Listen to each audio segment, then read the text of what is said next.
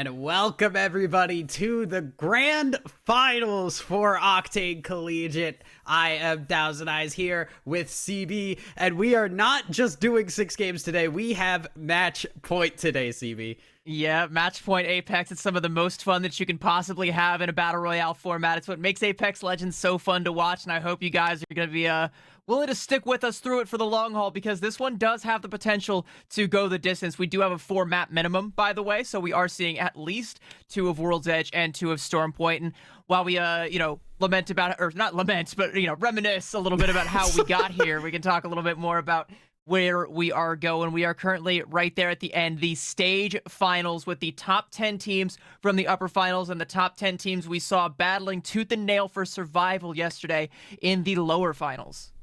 Yeah, it's been a long fight, and especially it has been long for some of these teams from that lower bracket. They've had to go a little bit further, but they're also the teams that have the most recent experience, right? We had yesterday the lower finals. These upper final teams played last Saturday, so they're coming in a little bit less fresh, maybe having to work out a little bit of the kinks here, but it's definitely going to be anybody's game up for grabs. And I think, the momentum, like you said, does have to be on the side of the teams that we saw playing yesterday. And, teams to watch coming out of yesterday, how can you skip over Iowa State Farmers? They put on an absolute show with the Mirage, no less. They came in at 11th place, from our 11th place from the upper bracket, dropped down to have to fight in the lower finals, and just ran the whole table. So now this is their shot at redemption as they go back up against the 10 teams that put them down there and see if they can get themselves a nice, sweet spot up there towards number 1. I also do want to highlight, Utah Valley Black, who just barely made it in on the last game on Stormpoint. Nearly wasn't here today, but they do have an opportunity, and at 17th place, definitely not the worst place to be. Yeah, also calling out Grand Canyon Purple, who dominated in our upper finals, have earned that first spot well and good here as we are getting ready for our first game here. Going to be starting out, I believe, on World's Edge, and we are going to be going two maps until we get a winner. So we're going to go a little bit more back and forth, I think, than we're used to. Yeah, and I'm looking forward to World's Edge because I was looking at the drop spots that some of these teams chose, and I was breaking it down, having a look, all throughout.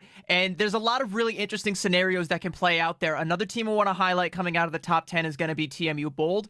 I think that they are, first of all, they're going to be dropping Overlook, which is another really, really great team, or a really great drop spot for an edge team, and we saw it was aggression. It was teams that were taking fights and being aggressive and racking up the KP that were winning out the day. Coming in overall at the 3rd seed and having a good aggressive POI like that, if they play into that, I think could favor them quite well.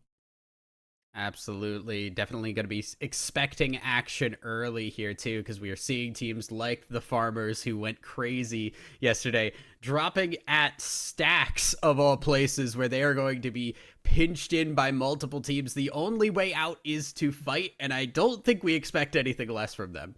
Especially when you look at who they're pinched in there with. I was talking with you a little bit about this as well. Another aggressive team coming out of yesterday that we saw a lot was the Illinois State Redbirds. They were playing not quite to the same level of success as Iowa State. Both of these ISU teams with different eyes. Both these ISU teams, were very, very aggressive in their own different ways, and we did see Redbirds have a fair bit of a success with that. But those two teams are going to be right next door, all right? You got the Farmers over at Stacks, and you got the Redbirds over at Dome. We know how risky Dome is of a POI. It forces fights between either the Stacks team or the launch site team over and over again, and I think we're going to see a situation where ISU versus ISU keeps on happening.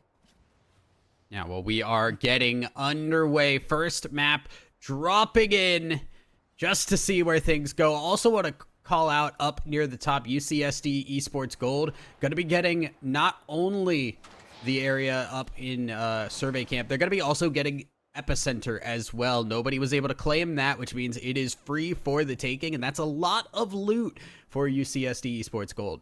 And that's not the only POI that is up for the taking. You can look right now. There is no one over at Mirage Artois. Up there at Lava Fissure is GCU Purple. That's our #1 seeded team. But you have both of the University of Hawaii teams over at Landslide and at Staging. You can already see some of the members down from Staging making their way over to claim the loot over at Mirage Artois. I was going to say that, having that open and having yourself, this top team landing at Lava Fissure with a high loot POI like Mirage right to the south with no one else there could potentially force some fights with the Landslide and the Staging team, but GCU Purple seem a little bit hesitant to try and take that fight early.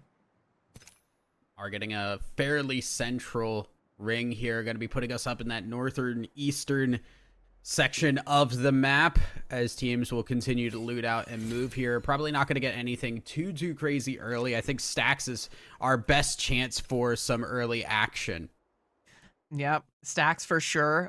You can already see the launch site team starting to move on out of there. Dome, Stacks. Actually, Stacks and Big Mod about to collapse on top of each other. Over at Big Mod, let me just go ahead and double check and see who that is. That is CSULB Gold over at Big Mod. Actually, they moved up a little bit up further north towards Geyser, where San Jose State Blue is also hanging out. So this team actually kind of has their attention a little bit split right now and can easily get pinched. Going to see the back off here. And once again, Iowa State Farmers, one of our few teams today that's not going to be running that Newcastle and is instead going to be running the Mirage of all things. I never, before this, oh my God, Otter. Okay, well, just going to take the words out of my mouth as we're going to get a push on that almost assuredly. Blue shields in hand for Iowa State Farmers as they're going to continue pushing in. And you can see that split focus has now caught them very off guard. Yeah, like their Pathfinder is nowhere nearby. This is going to get thirsted. Otter just comes in, clean up with the headshots there with the longbow and a little bit of L-Star damage to clean it all up. Iowa State Farmers, you run the Newcastle typically for the res, but you don't got to res if everyone else is dead, and that seems to be their philosophy. They still have a little bit of res utility with the, with the Gibraltar and with the Mirage being able to sneak out the back door and craft beacons, but you're not playing in for these, long fights where you're going for res after res after res trying to punish it. That's not their game. They know when to pick their spots, and they know when to get out. And credit where it's due. It's been working flawlessly, as we've already seen. Able to get the first blood on the map here.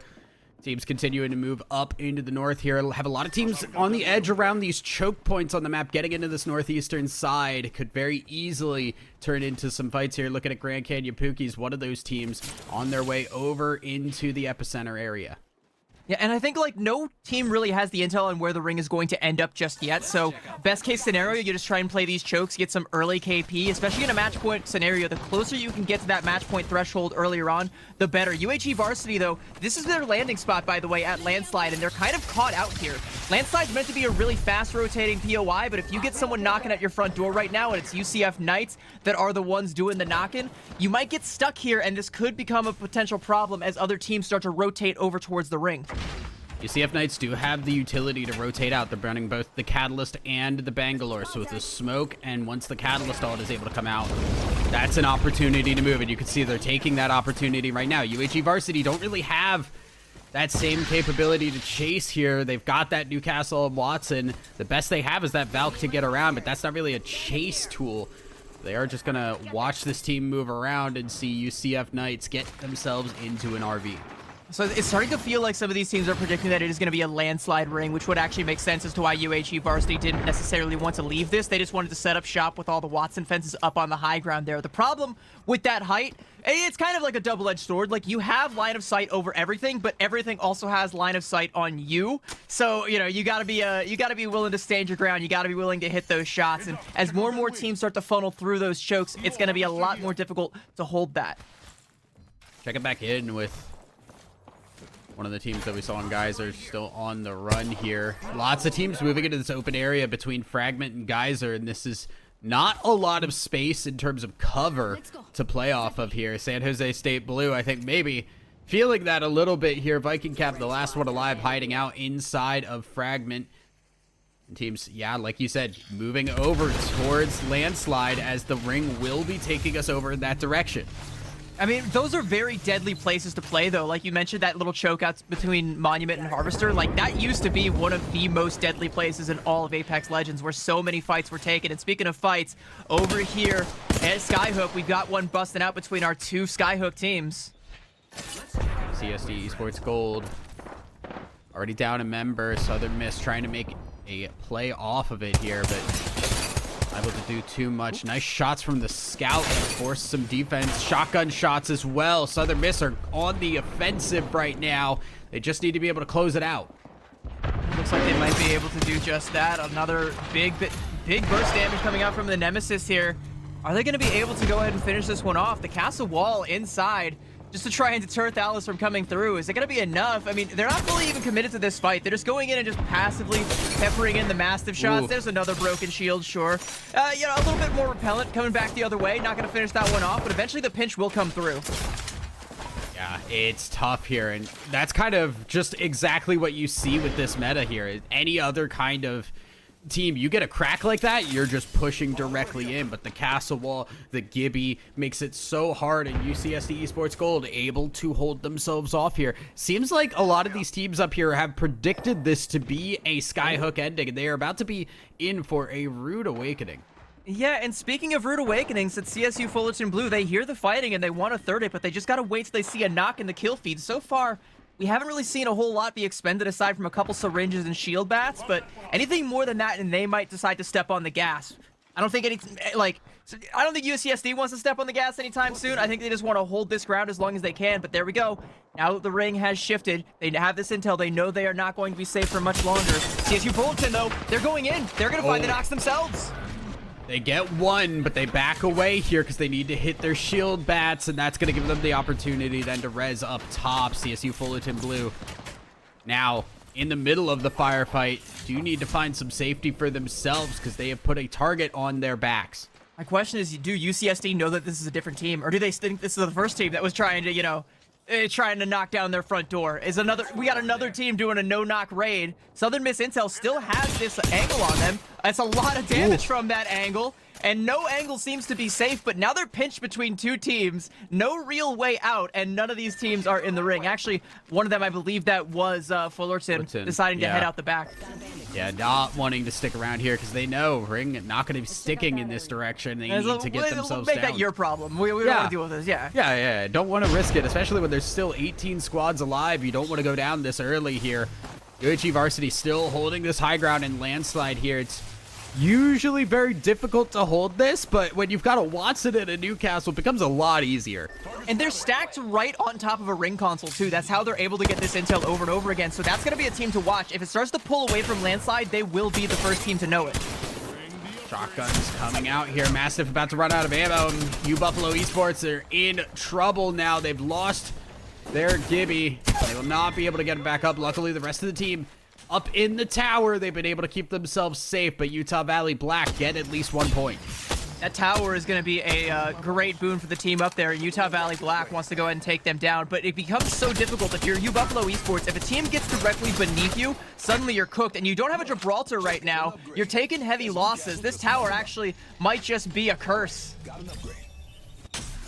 You need to put the castle wall down just to make sure that they can stop any advance from that zip line, but Utah Valley Black going to use their own castle wall and hold off here.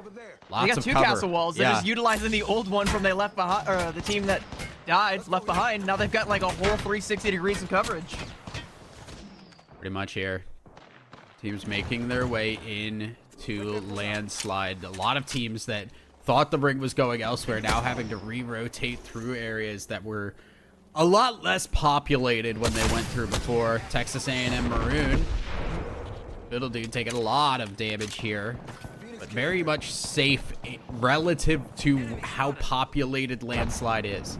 Shell shocked a little bit, but you do have one of the best medics in the game right there in pair. You got the Newcastle dropping a Phoenix hit for you. You are fine. You're not sweating. What's interesting is that all of these teams are stacked around this ring console, just like I said, where UHE Varsity are, but no one else has the ability to scan it right now. So no one really knows if the ring is going to stay at landslide, but every team seems to be, they seem to have the read that it is going to be in this no man's land surrounding landslide at least. So I'm curious as to whether or not they're going to get some equity from their pick, our UHE Varsity.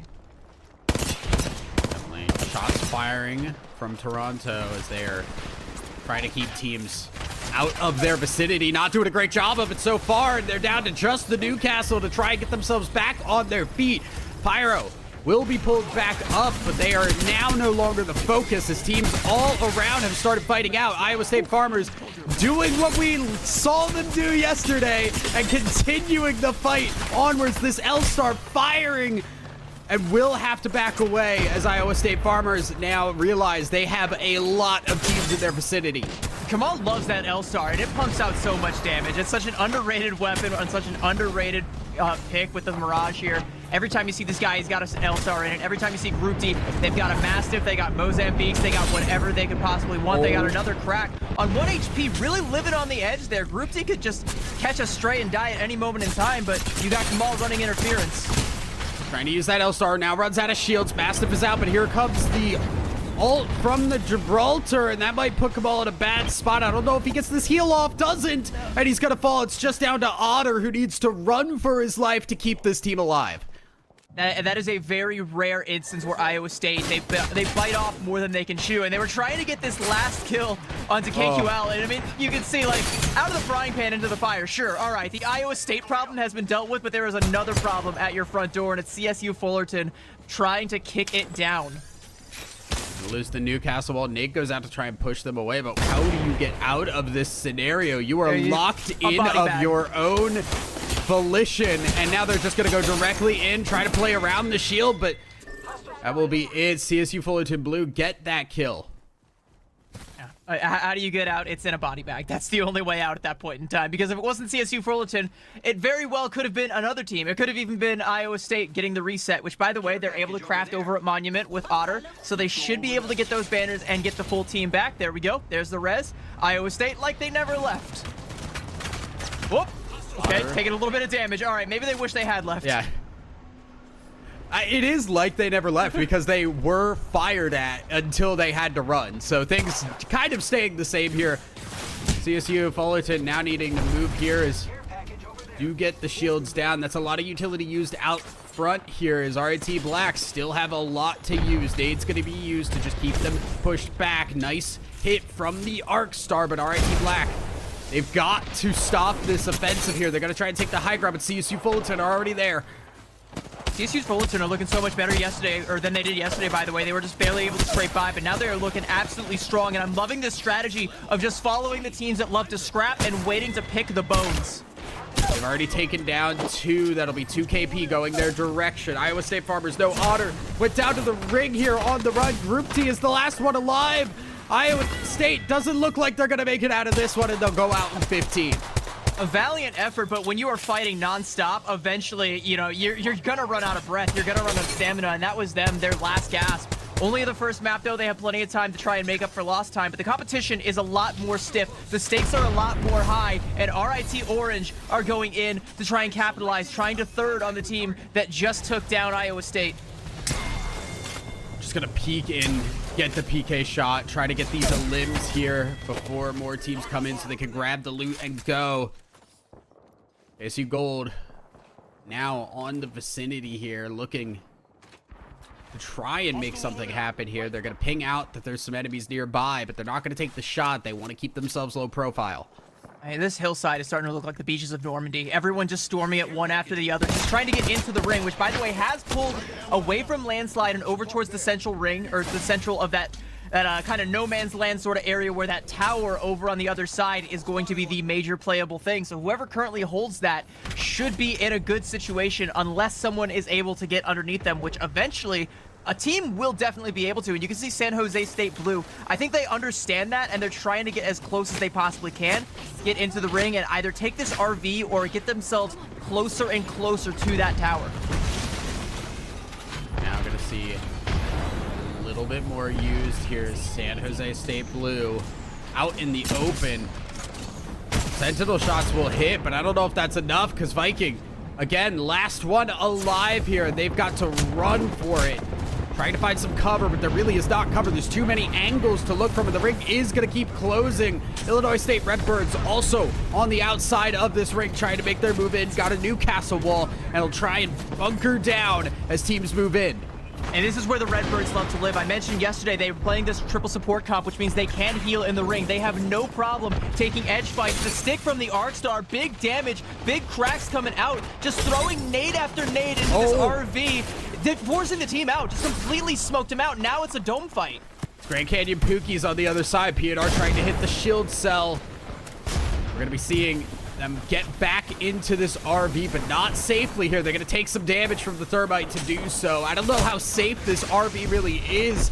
Illinois State Redbirds going to take out one, and they're going to just heal up before they go for the rest of the push. This lifeline, Doc has been healing them up like crazy, and now Illinois State still looking for this angle. They've gotten the catalyst back up, but Grand Canyon Pookies, they're not out of this fight yet. I mean, not yet, but how long? All right, they've got the utility to try and get out, but it's going to be out of the frying pan into the fire. They're going to have to try and cross this no man's land with no cover, no nothing, and just the Redbirds, as scrappy and as angry as they are, just ready to take a fight. So you have to do this eventually. It's now or never. Definitely is. Illinois State Redbirds still buying time here. Ring is about to start closing another time here. They've spent all their time just trying to fight this one team, and they're now going to have to move with this fight as UAG Varsity have come in as well. They're looking Kai 99. Now going to take the shots with the Mozams. Crack a shield, but not going to get the knock. Firing from the other side now does trade 1-for-1. We look at KSU Gold. It's so bloody over here by this RV. All the teams that were hanging out near Landslide are just trying to use that as their only little bit of cover, but that's not even playable anymore. The ring closing in, and more blood being spilled, more and more bodies just being thrown into the meat grinder. There's only 7 squads left, and I think it's about to be 6. Will very shortly be losing one. KSU Gold in a really good spot in terms of their shields, but now they're losing members. And that is just Aegis alive, who has to fight 3. Does get a nice hit with the Maggie ult, but the ball is not going to be enough. Doesn't have the support revive. Going to try and buy time now. Teams coming in. Multiple Gibby Domes around, but Texas A&M Maroon get that victory easily, and they move their way back over to where this ring's going to pull.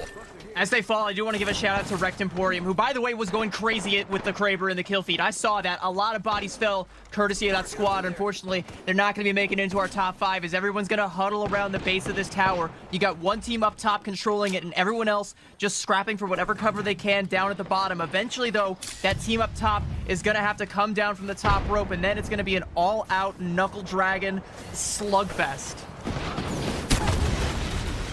Canyon Purple up top, do hit a shot, get a knock, but trade 1-for-1. Anteater goes down as well. GCU Purple not able to make it. They'll go out in 5th. U Buffalo. Only 2 members left alive, and they're pulling that second member up right now as the fights are continuing below. And that's the same duo that's been holding this tower the whole time. They have read the ring correctly and known they have not been able to move, but they also haven't been able to get that res. So they're going to be able to they're going to have to play as a duo, but from this power position that will only be a power position for a very, very short time. RIT Orange down below. Biding their time. U Calgary also doing so. Running the rampart here as they have the ult ready. Sheila firing into that Newcastle wall, looking to just break it, take out the cover available there, and just keep the pressure on. Really useful is this rampart for breaking castle walls, but oh no, not when your own cover gets broken. No more amped cover there. You're gonna have to fall back onto behind the rocks with the cover with your team. No more aggression. The ring's still closing, and again, U of Buffalo still holds up on this high ground, just as a duo. When they drop, you better believe this is all gonna kick off. Texas A&M Maroon definitely feeling in the hot seat right now as everybody's looking for their spot. Gibby ult drops down, not sure from who, but it's gonna start firing, and Calgary gonna be on the outskirts of it for the time being. That is danger close if ever there was any. Still looking for their entry point here. A lot of Gibby Domes got burnt here. This could be the go button once those go down. Sheila still out here looking for the angles. Nobody wants to be the one to pull the trigger because there's still 4 squads in this, but it will be a cascade as soon as it starts. Another Gibby ult being used, and this time no domes coming out. Gonna swing around with the Mozam as one of the first teams has to move on the right. Calgary just firing, keeping their eyes above them as well because they know there's teams to drop down. They had to walk forward with this tactical troop from the Newcastle. They couldn't hold that ramp cover for too much longer than Sheila. Now as it runs out, all the work it can possibly do has been done, and we're down to just 2 squads. It's Calgary Exodus trying to make the plays, try and get the shots, but the damage is coming through, and they do get it. Calgary with the ring fully closed there, get the win. We had all 4 squads alive, I think, as the ring fully shut. It was anybody's game, but the Rampart team able to take it away with that extra pressure. That was a razor-thin margin, too. The ring, like you said, was immediately at their back. They couldn't hold that amp cover that they set up with for the Sheila and just had to try and make that little death march forward. And at the end of the day, it's just like these narrow, thin margins of damage trades that end up favoring them. They find the knocks they need to find. You know, they were up against that duo, you have Buffalo, as they drop down, and it's a cascade from there, and they're the only team left standing. But what a map 1 for this match point. We saw just about everything we could have possibly asked for. We saw edge fight skirmishes. We saw teams holding zone. We saw crazy Kraber plays in the kill feed for coming out from Kennesaw State. All right, I see you. They had a ton of KP, even though they didn't make it into the top 5. I think with the KP they got, they might still be, top 5, top 3 overall. Yeah, well, we are going to take a look at our standings right now and see where that ended up. Calgary Exodus with a 22-point game. Not a crazy pop-off, but a solid one nonetheless. Want to call out Kennesaw State Gold getting 11 kills in 3rd place. If that was a higher finish, that would have been a solid amount of points for them. They had the Kraber shots coming out, and when you have just like this wide open landscape, you can just take shot after shot. And we saw Rect Emporium doing that over and over again. But eventually, when the ammo runs out and the positioning no longer favors you, so too, your life is on the clock at that point in time. And the clock struck midnight for them, but they definitely took a lot of teams out. The most KP in the entire lobby, get themselves 3rd place, actually tied for 2nd. Despite not finishing 2nd, I mean, they still got themselves tied with Texas A&M. That's pretty damn good, all right? Yeah, not bad at all. Buffalo Esports getting 11 points here, and then we get to the single digits. Now, reminder here, we are running on match point. It is 50 points to hit that threshold. You got to get 50 and then win a game. Calgary Exodus, already almost halfway there. Yeah, it's not bad, and I do really like the Rampart pick as well. I think that's paying dividends. Some of these teams, I think, have realized that the Gibraltar is kind of optional. Like, Pathfinder has a lot of utility. Newcastle is still the GOAT when it comes to the support legends, but, having that support legend redundancy isn't really necessary, and when you have the ability to make playable cover wherever you are and pump out all the damage, break down enemy castle walls with your Sheila, there is a lot of value to be had there. I'm liking this Rampart pick. We'll see if it continues to pay dividends, because there are also some potential weaknesses with that pick. It's always one of those, like, kind of niche off-meta picks that comes through, for brief windows of time and then gets beaten out by something else. It's very susceptible to things like a Mad Maggie, for example, which we've seen a couple of other teams utilizing. And as we go into map number 2, once again on World's Edge, same drop spots, we will still see those same teams most likely busting out that same Mad Maggie. And you're going to be looking for the Rampart team now, because as they get closer and closer to match point, you want to slow their momentum so that you can overtake them. Yeah, I mean, I do want to call out, too. I think Calgary got a little bit of a boon there, not being the focus of those Gibraltar ultimates. Because without the Gibraltar to counter it, you don't have the dome, your overhead is not covered, and you can pay the price there if you're not careful. But they played on the edge perfectly, got the win. Now we're moving on to game number 2. Our last map on World's Edge for the time being, because we're going to be going to Storm Point after this. You can see, by the way, that same split attention over there at Big Mod. You've got one player going up to try and, pick a little bit of fights, draw a little bit of aggro from the Geyser team, but you have to watch out for ISU farmers over at Stacks, who can once again just go in and try and kick off that fight. As we see the ring pulling just a little bit over to the western corridor, that's going to start to favor some of our teams. I think, like GCU Purple, who were our first seeded team over there at Lava Fissure, if they can actually make a competitive effort for that loot over at Mirage Etoile, I think they might be in a pretty good spot. Watching CSULB Gold still, again, like you said, very split right now. Going to be looking at the teams at Geyser. They got to be careful. I think this time they're making a more concerted effort to move up north, so they're in range of each other. Not going to poke at the farmers this time, because the farmers did poke back pretty hard. Just kind of like inching forward a little bit. Like, they don't want to actually start that fight with the Geyser team, and they definitely don't want to be caught out from a stray shot from Otters. I mean, every time he gets a sniper rifle in his hand, you know, that is the go button for Iowa State, if ever there was one. I mean, not that they really need one, because they can just kind of make one of their own, but like, you know, it's the same as that L-Star. Every time Kamal has an L-Star, every time Otters has got a sniper rifle, that's just the way they play. I think we should move that way. Definitely looking at UH0 here, who did get a 0 in their last game. Going to be trying to do something a little bit better here, as they would love to pick up some points. Again, our rings are screwing us right now. I feel so bad for these teams. And remember, a lot of teams are running multiple supports, so they don't have ring knowledge. So your ring knowledge is being tested hardcore right now. It's going to be interesting to see how, like, this, like, monument fragment ring starts to play out. I mean, those are the kinds of POIs that you drop at if you want to try and get your loot and rotate out fast. But now it's going to be like, okay, well, I guess we just hunker down in a building and wait for everything to come to us. Meanwhile, a lot of teams fighting over other edge POIs right now. Like, you know, we've got a scrap about to go off over here at Lava Siphon, which, you know, currently playable, a lot of high-tier loot. But is this really where you want to be making your final stand this early?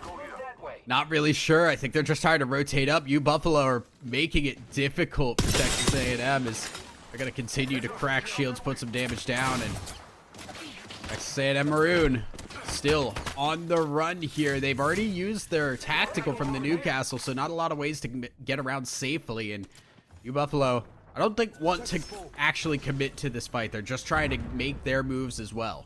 And just bleed out some resources from Texas A&M. Able to make it out of the actual lava fissures down there. Back up onto terra firma. Good enough for now. Gonna bleed out some of those resources, like I said, a couple shield bats. But they are not out of the hot water. Like, there is still a ton of teams nearby. And of course, one of them, it's always got to be Iowa State Farmers, right? This is our edge team if ever there was an edge team. Small already in the fight, having to back out and use the heals, as the Mirage ult is already up. Gonna move forward with the L-Star. Yeah, already takes one down. There's actually 2 gone already from their opponents, and they're just gonna keep pushing forward. Nade in hand. Kamal thinks better of it. Says, I got enough bullets for this one. And Texas A&M Maroon want nothing to do with it. They are trying to get themselves the hell out of there. And just wounded animals just trying to find any sort of sanctuary they can. And like we said, like, we know the ring is not going to settle over here at Lava Siphon, so you definitely don't want to stick around, but you're definitely not going to have any easier of a time over on the hillsides just outside where the ring is pulling. And Utah Valley Black is learning that in real time. As TMU Bold, our Overlook squad, all kitted up, is ready to take a fight on the way in. Gonna drop the Gibby ult here, just to try and disengage. That's not a great bubble.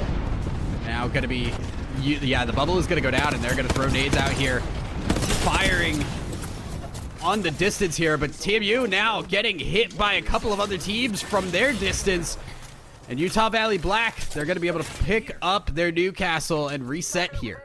It's the trouble with dropping your Gibby Dome just in the middle of, like, a clearing is like, okay, eventually once this goes down, we are vulnerable again. You gotta use more utility. They use the tactical from the Newcastle, but you still lose Wheatwood. You're gonna be able to get that revive, and now you do have cover, and that was only thanks to the Guardian Angel that tried to third and stop TMU Bold from continuing this aggression, because that knock on the Newcastle would have been punishable. Utah Valley Black now able to reset here. UCF Knights making their moves as well. One of the teams that has the Catalyst here. Want to call out, the Catalyst becomes really important in these rings. This is going to be a monument fragment ring, and there's a lot of buildings to work with. That is a crazy grapple into Southern Miss, and M-Shake goes down. I was not ready for the jump scare Pathfinder. Crazy in, like, the needs to be in a rubber room kind of crazy. I don't know, you got to be insane to go for something like that. Oh my god. The damage coming out, and that's like an easy knock. Your Pathfinder, there we go. There goes all your ability to make the rotations, and now all you can do is beat your feet and run. It felt like I was in a Five Nights at Freddy's game for a second. Southern Miss gonna continue the chase. Gibraltar ult comes down. They're trying to stop it. Now just gonna go for the fight. drop the dome, but the PK is better from Thales. He's just gonna go for the kill regardless. Fully finishes that one, and that will be it for Art Love Neko. Still resable. Ty was already, already understood that mistakes were made, and it's like, all right, you guys are gonna die. I'm just gonna be ready to craft the banner. So let's just hope they finish you quickly. Yeah, things looking rough for UH0, but hopefully can pick themselves back up and get around here. A lot of choke points to move into this next ring. Iowa State Farmers in the middle of a fight here. Otter already down. Now Cabal again, the gold L-Star hitting hard. Gonna push some teams back. How did he just get a gold L-Star? That was not golden the last time we checked up. Where did this gold L-Star even come from? Sometimes you got a little bit of main character syndrome and you're picking up everything you can. You find a gold L-Star, you run with it. I mean, they are definitely running with it. I mean, they're running away with it currently, as Otter is going to get thirsted, and they understand. We talked about time and time again how Iowa State, they like to pick their spots, go for their super aggressive fights, but they know when to back up. And when you've lost your Gibraltar, the easier res for your team, that is when you back up. See RIT Black making their move here. One of the teams running this lifeline over the Gibby. We have not seen, it's been a lot less lifeline than you might expect considering how strong she does seem. The problem is that her ultimate is like a Gibby bubble without a ceiling, which becomes a real problem when the Gibby ultimates actually start to come down. Yeah, it does not counter that out now, as we're going to see teams moving out. UHE Varsity looking to be the gatekeepers at the moment. So the dome is going to go up, and they are successfully holding teams out. This Watson helping them do so big time. Yeah, it's going to be a pain for this team. I think they're going to have to retreat back inside that building and just hold there inside of Harvester, which is definitely not where you want to be, because I don't suspect the ring is going to continue to pull back over towards Harvester unless we get like a double weird ring here at the end of the round. We'll see where it ends up pulling from here on out, but I'm suspecting more towards Fragment. Now we're going to check with the Newcastle. We'll see if that is able to keep them kept a little bit longer. UHE Varsity, I think, just gonna bide their time here. They're just waiting for movement from this Harvester area, because one of the few ways you can get out of Harvester is through this hill here. CSULB Gold also outside the ring. They are getting some knocks in the process, though. RIT Black can be the first squad to go. We are still at 19 squads, and there might be another squad joining them here if CSULD Gold has anything to say about it, and it's Kennesaw State Gold that's actually in trouble. Wrecked Emporium, the demon with the Kraber from the last game, gonna have to head for the hills, try and find a way to craft and or recover some banners, get the reses here. Might not be putting up the big numbers, especially when the Redbirds are coming in right through that same door. Like, they are going to find him. Now, in the ring, Illinois State Redbirds gonna have to push themselves here, because they are gonna be taking damage and getting shot at in the process here. Not a really good spot to be in. ICX having to use the Newcastle tactical just to get around here behind a wall. And CSULB Gold, I think, are waiting for them. They're gonna run directly into them as this ring closes. They're looking for the gatekeep here, but the problem is if they get caught out in the ring, it will start to favor ISU Redbirds, especially if they're able to get the drop on them. CSULB Gold actually going to go straight for the gatekeep, play just on the edge of the ring and not allow themselves to fall into the Redbirds trap where you're fighting in the ring. But now, as we see, just like I said, the ring is going to pull again further over towards Monument and Fragment. So all these teams over on the hillsides, these deadly hills, where everyone's just trying to gatekeep one another, it's going to be all the more bloody as these choke points start to choke the life out of our 19 remaining teams. Lots of teams on the outskirts here, including Redbirds, who are just feeling the pressure here, and I think may not be able to move forward, but I don't know where else they could go. The only way back around is through this ring, and it will hurt pretty hard. Texas A&M Maroon looking to force them to make a decision, though. And they're investing like all the utility here. I mean, Illinois State, like, they are not looking good right now, but they are at least still holding strong. They do, like I said, have the triple support comps. They've got the Doc drone for healing. They've got the double healing coming out from the syringes. So they are fine. They just need to, you know, try and find an empty doorway, some way that they can get in. And there's so many teams gatekeeping. There's so many teams just looking for people exactly like Redbirds to try and pick off.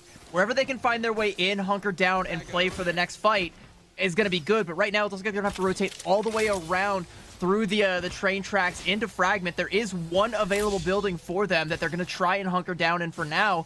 But, I mean, it's in a pretty rough neighborhood, I'd say. Definitely. UCalgary are winners from the last game in this ring solidly They here. heard the Redbirds. They heard them. Yeah. They are looking for the fight. Now gonna try and look around and toss a nade in here for the opener. Shots already firing out though, and Sheila at the ready. Cracked a shield with it. And now UCalgary Exodus trying to fight a fight on both ends here. Trying to pinch around as the ring continues to close. Teams now moving in, and UCalgary Exodus gonna get a knock. Their Pathfinder almost gone though, so they gotta take this fight a little slow. Yeah, it's going to be so much more difficult to punish, though. They do actually take down Kostenko. It's not the Newcastle, but it is still a pretty good kill to take down that lifeline. Judge elsewhere takes a big chunk of damage, forced to try and heal, and it might be just about the end for the Redbirds, getting gate kept by UCalgary Exodus. But there are gunshots coming in from elsewhere in Fragment. Some other teams do want to at least soft commit to thirding this. Redbirds still able to hold off here. Thanks to ICX getting this Newcastle wall. We have a rogue Pathfinder behind here that I don't think anybody knows is there, which is going to be very funny in the next couple of minutes. But ICX better figure it out pretty fast, all right? You know, that is not your Pathfinder next to you, buddy. That is someone else entirely. Yeah, Judge gonna fall now, so it is just out of ICX. I think we might have our run in very shortly there. Runs in. No way. No, we did not just run by him. That is great trigger discipline there. I don't know if, you know, I don't know if he knows that, like, ICX is kind of a solo of their own volition here, but, I mean, not giving up the position yet, but you're going to have to anyway because the ring's closing in. You might as well have, like, taken the shot. I mean, it has a little bit longer now. Watches the team go down. I think the better option might have been to hold out there. Because now you did watch a team go down. You're at least a little closer to getting some placement points. But it is not going to be a fun rotate. Look at how few teams are in this next ring. And a lot of these teams are starting to miss some players here. There's a lot of not full 3-person teams. Yeah, that 15 squads in the top right corner of your screen, that is a lie, all right? Sure, there's 15 squads, but the term squads is doing a lot of heavy lifting. There is at least 15 bodies, potentially more, still active, and only a scant few of them are actually in playable buildings in Fragments. But hey, we got one full 3-stack, and oh boy, it's a dangerous one. Iowa State Farmers over here in playable territory. That is going to be a problem for everyone else. And speaking of problems, Grand Canyon Purple definitely has a few, but they're going to deal with them pretty handily. UCSD Esports Gold not going to be making it into the ring. Now Grand Canyon Purple having to leave their Newcastle behind as they move forward. Again, another duo squad. Their Pookie's nearby. They're going to use the sometimes it be your wall. own Pookies. Sometimes it do be your own Pookies. As the Catalyst wall is going to buy them a little bit of time, moving around. Southern Miss Intel on the other side of that wall, waiting for their moment, biding their time with this Gibby Dome. Pookie's just kind of like bunkered down here, but this is like all the utility, all right? That's the castle wall, the Newcastle Tactical, and the Gibby Dome, and now they got to play shotgun fights with the pseudo shotgun, the triple take, and that is a pretty big knock there. And Grand Canyon Pookie's actually doing a pretty good job holding this right now. Oh, never mind. Pookies go down. CSU Fullerton blue now. Gonna see another fight on the horizon. Southern Miss grab their banner for their lone teammate, and they're going to use a mobile respawn to get that teammate back into the fight. Truthfully, going to get pulled back up by their Newcastle, but CSU Fullerton Blue are on the ropes here, and their team's looking from all directions. Look at where the ring is, and look at the very, very limited amount of playable space in it. There's almost nothing inside of that ring that you can play. So you see all these teams stacked on top of each other, pumping out damage, taking down bodies one by one, but nobody fully committing because there's 12 squads left. Make that 11. All right, see Orange gonna go ahead and head for the showers here, but everyone's stacked on top of each other outside of the ring because that's where all the cover is. Texas A&M Maroon on the outskirts here, really in one of the better spots here as Toronto goes down in the kill feed.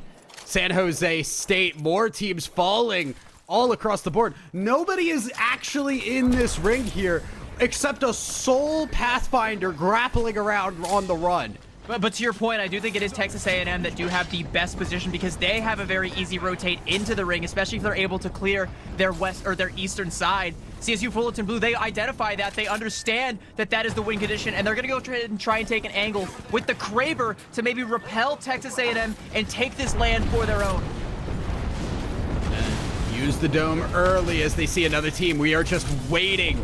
The gates are up, and as soon as they're down, it's going to be a full-on fight. Texas A&M Maroon now just going to drop in on them. Pop shots, not able to crack some shields here. Fiddle Dude, very low, will go down, and it's up to the rest of the team pair. The only one left alive, trying to get the teams up, but both teams go down. It's UNG Varsity that get the kill, and Iowa State Farmers take them out. That was just such a bloody battle. Third and fourth partied again for that God spot that Texas A&M once held, and now it is the Farmers that are holding GCU Purple down to just a duo, and check to some Mad Maggie damage coming out onto their Gibby Dome. Not necessarily in a good spot at all. They are hunkered down in the trenches with enemies at their back door. No line of sight to the teams up on high ground. This is looking like Iowa State's time to shine. GCU Purple still alive here. Southern Miss Intel has a lot of utility here right now, though. Full red armor, like, they are looking good. And we got UCalgary Exodus still as a solo. I mean, still alive, all things considered, which, like, when you look at how this has gone, for a first-place team to just still be alive here, they're going to get a lot of placement points, probably keep their lead, and more importantly, get them that much closer to match point. Remember, 50 points is the threshold. What you see on the side does not include placement points.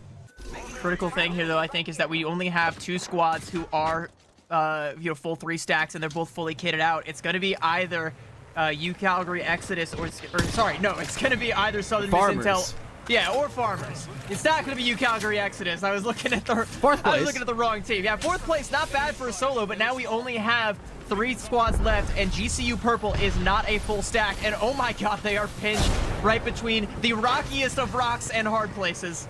Hey, you're okay. Good bubble, but your Pathfinder's over there now. The nade knocked him out. We are in between multiple teams now. Anteater going to just try and grief one of them by throwing out the Gibraltar ultimate, hitting the shields to just buy as much time as possible. See if you can get a second place here. Anteater waiting, gets hit by a nade. Now going to move up here to Southern Miss Intel, who are looking across the train tracks. Another Gibraltar ult is being used. This is a great place for Southern Miss Intel to be right now, though. I mean, you can see that the Gibraltar utility is being used just to stabilize, but the damage comes through, actually repels him back, forced to take cover behind these train tracks. They're sending. Cabal moving in, trying to knock people, does go down, but Southern Miss did lose one as well, so it's a 1-for-1 trade. See a Maggie drill come out, fired from above. Southern Miss knock another. This should be theirs to win, and they'll take game number 2.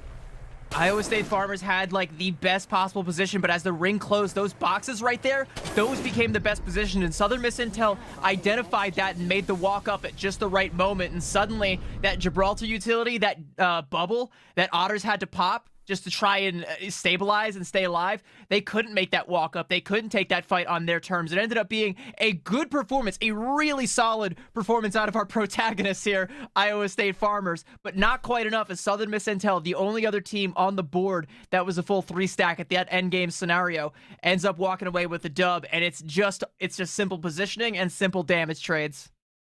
I mean, it was also the Anteater throwing down the Gibraltar ult, threw it on to the Farmers there. So that was just, again, pushing them back and forcing them to use those resources to reset. The push was really good, but I think the Mirage ult was already down. So that was a big tool for that 3v3 fight that was not available. They take out the Mirage and things fall apart for the Farmers from there. Big congrats, though, to Southern Miss. Yeah, I had to... There's so many names going through my brain right now, but Southern Miss Intel, I want to call out, they had a lot of kills that game. They absolutely did, and I also do want to go, bring up your point here where you got a lot of teams running through your name. That's because World's Edge has been about as bloody as it can possibly be. We can really feel, the skill, the tension, the stakes all leveling up from yesterday, where we're in this stage final situation. I was excited just based on the drops alone for World's Edge, and it has absolutely delivered in map 1 and map 2. And as we go into maps 3 and 4, we're switching over to Storm Point. I'm hoping every team keeps their foot firmly on the gas, because I want to see more of this scrappy, this dogfight Apex that all these teams are bringing to the table right now. Yeah, well, we have our standings ready, so let's take a look at what we got here. And Southern Miss Intel, with a 28-point game, take themselves up to first place. What a call out. They had 16 kills in that game, so they have shot themselves up just a point above UCalgary, who are at 29. We are 20 points away from our first team on match point. And Iowa State Farmers, how many times are we going to talk about them? I don't know. Take a shot every time, but right now, I want to highlight them as well. Our second place finishing their team, despite another high kill game that comes out from UCalgary Exodus and a little bit of that late game staying power with that one Rat Pathfinder. Iowa State have shot themselves up into third place, and the last time they played in a bracket where it was these stakes, they finished in 11th. This is a really solid performance from them, and we know how good they can be. Going up against the teams that put them down in the lower bracket, they might be getting their redemption. Only time will tell. Absolutely. Well, we're going to take some time on ourselves here for a break and head it to a quick break before we get ready for our next set of games on Storm Point. Guys, don't go anywhere. We're so close to hitting match point.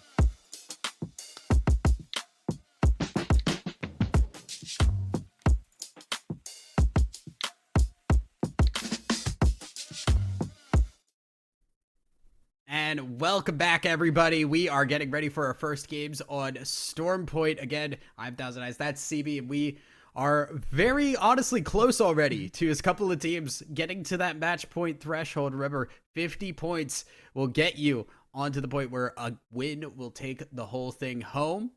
So we can take a look here. Southern Miss Intel just 20 points away. Calgary, I want to call out. They've been consistent. They got a top 4 in that last game. They won the first game. That consistency makes me want to put some money in there towards them in terms of if I was a betting person. So we do have a 4 map minimum, so we will definitely be seeing both these next games of Storm Point no matter what. So even if you're Southern Miss Intel and you have back-to-back really strong games, you still got to get through all of that. Calgary Exodus, same thing.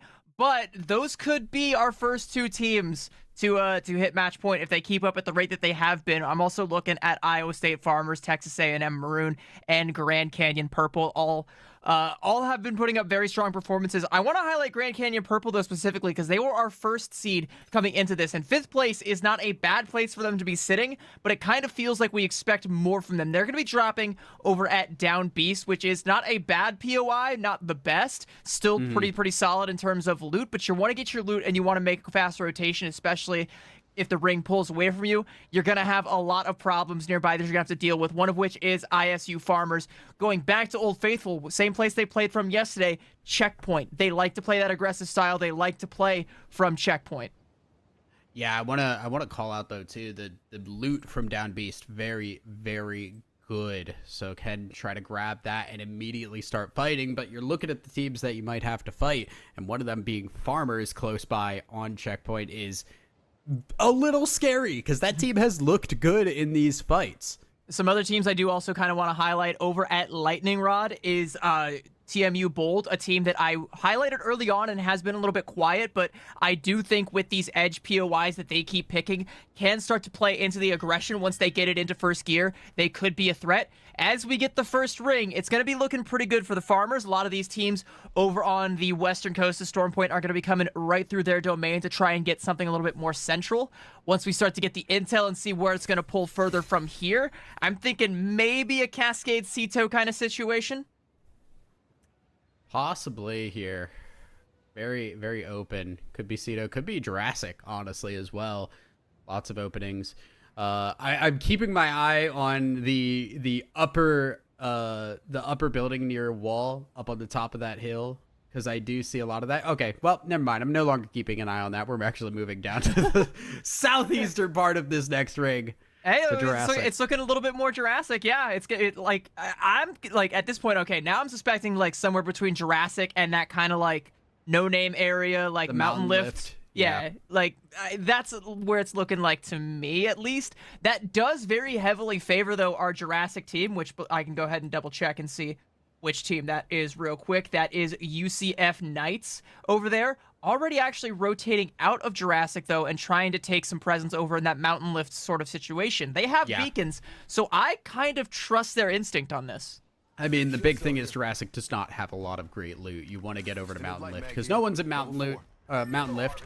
Grab the loot that's over there, which is also not great, but it's better to have 2 bad loot places than 1. Though they're looking like they may actually look for a fight here. We're going up towards wall, which CSU Fullerton Blue up north of it. Already in the middle of a fight is truthfully moving around to get inside as quick as possible. Now this is our Ferrari team, CSU Fullerton Blue. Ferrari not the best drop spot, but they can go ahead and take this fight with San Jose State Blue and take all of that juicy wall loot for their own. And getting that early knock is going to be a great way to start. They definitely want to thirst that because that was on the Newcastle. This is a meta where I think if you get the Newcastle, no matter what you take that's a high value pickoff. And if you can thirst any knocks you get, you make it hurt for the enemy team. San Jose State Blue, this is not a good time to be hurting. Yeah, they're going to go on the run here and try to get themselves out and away from this fight. Kennesaw State Gold also hurting a little bit here as Aegis is the last one alive. Grab the zip and that's Iowa State Farmers, by the way. I'm running them down. Yep. Expect nothing less. Already out of checkpoint and already taking fights. Yeah, and they would have had, I mean, they don't have anything to scan the ring, so they're just trusting their instincts. They're like, just trying to sniff out anyone they can. If they see someone on the run, they will be not too far behind. And right now, you got Aegis very much so on the run to the crafter to try and get help. Nope, never mind. That one's occupied. Occupado. Nope, no entry. Aegis gonna have to go on the run again. UNG Varsity keeping themselves safe over near Cascade.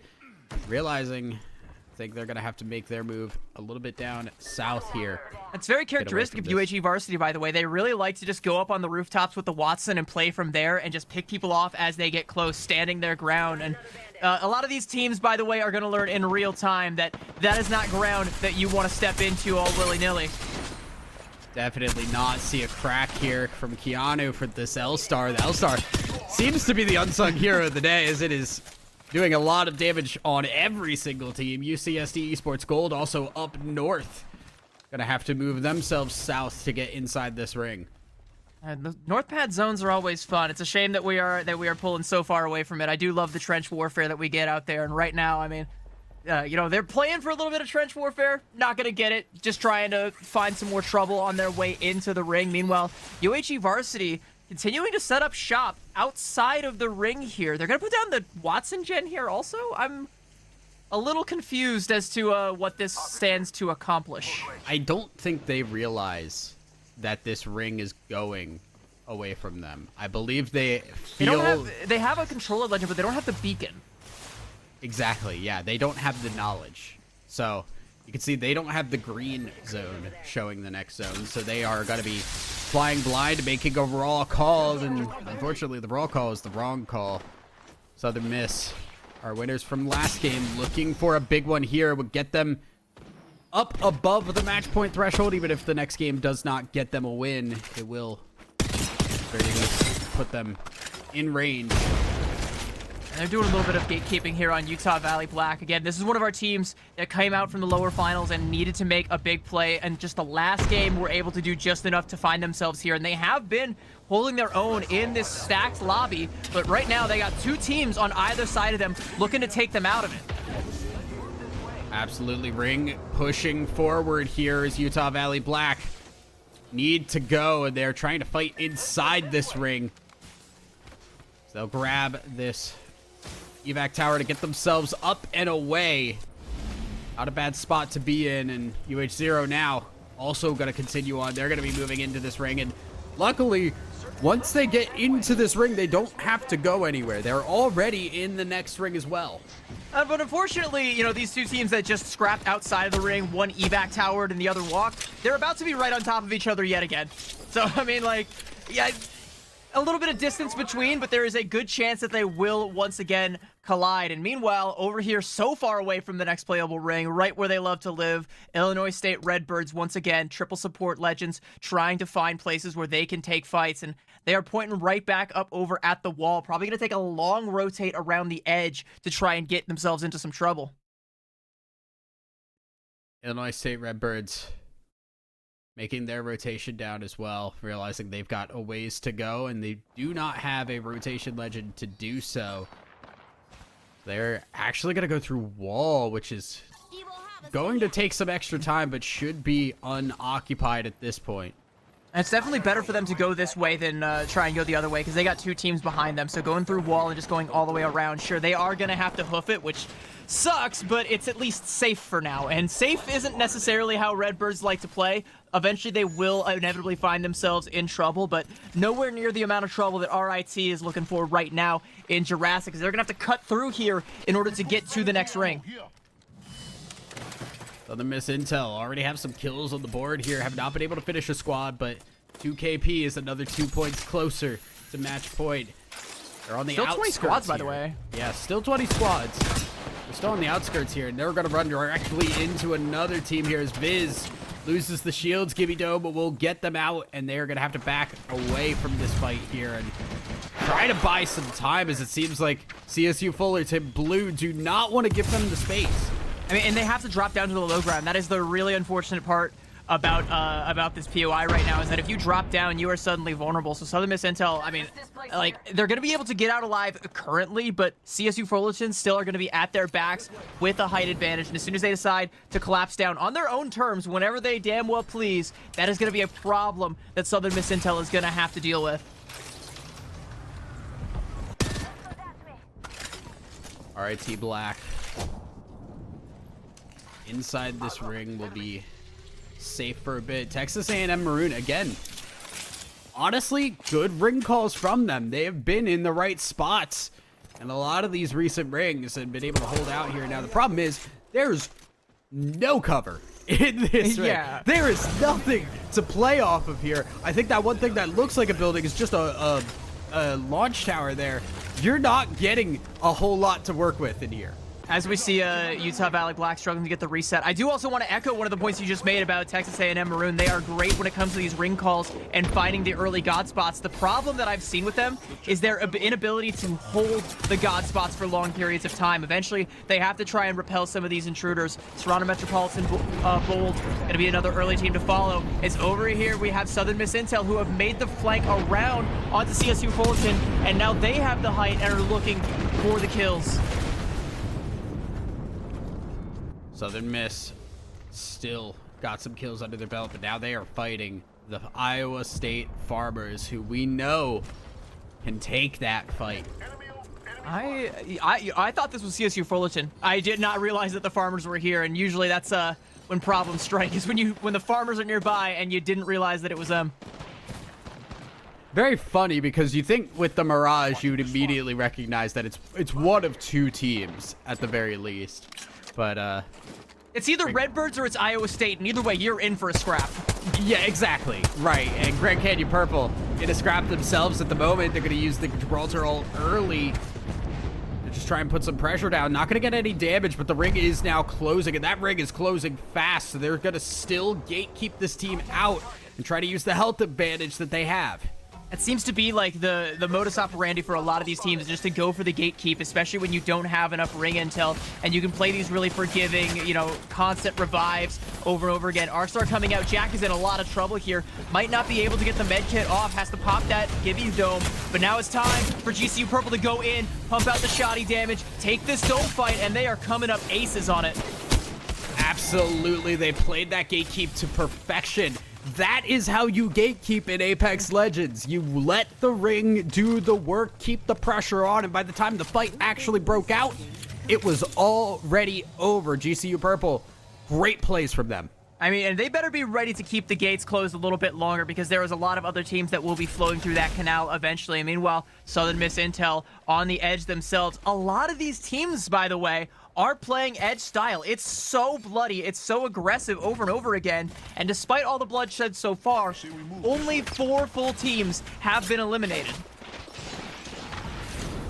Now, as we see CSU Fullerton Blue as a duo, this is where things get really rough. This is where your Newcastle ult becomes really important as well, because it is the only cover you are going to get in these zones, and if you place it at the wrong spot and it's not enough to keep you safe, you are just going to go down. I really love this positioning right now from Southern Miss Intel. I think, honestly, you just stay here right now, because you have a lot of teams on one side that are going to have to try and come through those caves in order to get into the next ring. Bye-bye, you Buffalo Esports. It is a rough time for you. Unfortunate cutaway to check in with you. Let's check in with the Farmers and see how they're doing. What do you know? They're in a fight yet again. Just never ends with them. Otter gonna be dropping down the Gibraltar ult, forcing the fight. The Mastiffs working out in their favor. Kamal did go down, but UCSD Esports Gold go down first, and Kamal will get picked back up. Ring only just starting to move. Not a real risk factor here, is because Kamal is getting healed up through that ring. This is great positioning for Iowa State Farmers. Oh no! Kamal falls with some damage coming out from the Sentinel, and that might actually be a disaster. They were in a prime position to gatekeep, but Rain with the shots is making it so easy to kick those gates right down, and UHE Varsity are going to be marching right through them. Beautiful play by Rain. Knocked one, took down Otter as well, and now UHE Varsity taking out one of the stronger fighting teams who just spent a little bit too long on the edge. And look where they get to move into. They're directly in this next ring. And they got all the cover, they got the Watson gen down, they got everything they could possibly want. All they have to do is make sure that their sides are clear, and they hold this as long as they possibly can, and the march forward is going to be incremental at best. Everyone else looking for temporarily playable space nearby, but this is another zone where there is not a whole lot of buildings that you can play from. It's going to be all natural cover, all trees, all rocks, all hills and verticality. That's all you can really ask for right now. And UHE Varsity have the best seat in the house, bar none. Absolutely. Grand Canyon Purple, not in the greatest of Rain positions again with the themselves. Sentinel. Yeah, Rain has been hitting crazy shots, and usually you look at things like this and say, like, this doesn't matter, but even still, you're burning through resources. You're forcing the resets, and yeah, maybe they get picked up by a Newcastle, and they get that full heal, but they're not getting the shields back online, and if you could do that enough, you can force them into a rough spot. Redbirds in a rough spot themselves, as they will win the fight against RIT Black and get their lifeline back up. By the way, those shots coming out from Rain, like you said, it's not nothing. Even if you can't punish those knocks, you're still putting the fear of God into them, all right? You get your head taken off by a Sentinel enough times, eventually you'll stop peeking it, and that's one less angle that you're going to have to check when the clock strikes midnight, and you do have to start making that move. Definitely. As UCalgary. Red shields here. UCalgary is also a team that a big game will get them across match point threshold. They're going to be looking now, firing Sheila, and their red shield's going to now look the other direction as well. They are a threat this game. I mean, they are threatening two current teams right now, though. Their attention is split, and they're decided to commit on this team over here at the sub that end, who's going to put up the castle wall. But, I mean, Medzi just wants to go right over it with the Mastiff. They're going to invest a castle wall of their own, break down the enemy one, and the Sheila comes out. The Gibby Dome, the last little bit of utility, protecting this poor team. Medzi goes down, and CSULB Gold going to come up victorious here in their fight as well. UCalgary Exodus go down. 9 squads remaining. We have a lot of kills on Utah Valley Black. They're looking strong themselves. And they're playing really smart here. They're not being as aggressive as you saw UCalgary go for. That was a bit of a misplay to go that aggressive when you still had angles that you could be thirded from. And in those angles every time is Utah Valley Black. You got to keep an eye on them. They're gonna continue to just hold from afar and pick off and rely on the damage from afar. And right now, CSULB Gold, even though they were able to weather that storm, courtesy of Utah Valley Black, now they are right in their crosshairs. Now nades flying in, Southern Miss Intel feeling pressure on all sides. Thalos goes down, and I'll have to pick that Pathfinder back up ASAP here. Illinois State Redbirds are eliminated in the kill feed as well. 8 squads remain, and Texas A&M Maroon, now with a Kraber in hand, need to open some opportunities for themselves to move over to where this next ring is. It was a Kraber shot that opened that one opportunity, but you only got 2 shots left. You gotta make them stick. I mean, we talked about Texas A&M Maroon's ability to read the ring. Right now, it's a misread. They are not in the God spot that they need to, and they only have 2 shots to try and knock someone down, pick a fight, make it stick so they can take it for themselves. Otherwise, this might be just another letdown game. A&M Maroon trying to play the rocks here, getting themselves some high ground. A lot of the other teams still fairly on the lower end here of this map. Look at where everybody is. Everybody's on the edge fighting in this northern crevice here. Ethereum trying to grab some shield swaps, hide out while this Gibraltar ult takes out teammates. CSULB Gold moving their way around as well. They're going to drop the Newcastle ult here inside this next ring. It is a dangerous time to be popping a Phoenix kit there. Southern Miss Intel as a duo here. Thalos finds the knock there. Going to toss the nade, hope that it catches someone trying to come out of the Gibby bubble, but Southern Miss Intel not in the best of spots right now. Dallas looking, waiting for the moment. Waits for it to go down. Pre-fires just to make sure the shots hit. And does do a lot of damage. Doesn't crack his shield though. They're gonna have to move in still as this 2-man, not able to win the fight, but do a lot of damage. And CSULB Gold will also go down. Grand Canyon Purple, we're already down to 2 squads, one of them being Texas A&M Maroon. The other, though, is UHE Varsity, and they took that early position, and they still do have one of the only bits of playable cover, of playable building space. There goes the last Kraber shot from Fiddle Dude, so now that is no longer a threat. Texas A&M, if they want to win this one outright, they're going to have to find a way to get in close. Meanwhile, UHE Varsity, they are stuck coming out of the door. That is going to be a predictable exit as long as Texas A&M keeps eyes on that doorway. They know exactly when to start fighting, but you can't keep eyes on it when you got to back up to pop a bat. That's a big nade, and that is an opening for UHE Varsity that they are going to take. Absolutely, they didn't need to get a kill with that. They needed to just push them off the heel. And there's the engage raid, using the Newcastle wall to push forward here. Gibby Dome is down, shotguns are flying. Keanu not able to crack a shield, does go down. Texas A&M Maroon losing HP fast though. Fiddle Dude, no shields left. Zwifty getting pulled back up by Pear. And I think Texas A&M Maroon may be able to do it. Fiddle Dude falls, but Texas A&M Maroon are your Game 3 winners. The PK shots from Fiddle Dude, it's just one of those Gibraltar players who knows how to get those shotgun battles once the Gibby Dome comes out. You saw a lot of damage coming out for UHE Varsity from the Mastiff, and that's all well and good, but it is nothing compared to the constant Mack truck-like shots you take to the face every time Fiddle Dude pops out that PK. And not to mention the shots you were hitting earlier on with the Kraber as well. Sure, the last shot went a little bit wide, but it doesn't matter when you got a PK in your back pocket. Yeah, let's take a look here at our standings after that game here. It is Southern Miss Intel at 40 points, 10 points away from match point. But look who has snuck into second place. It is Texas A&M Maroon. After an 18-point game, get themselves just behind first place.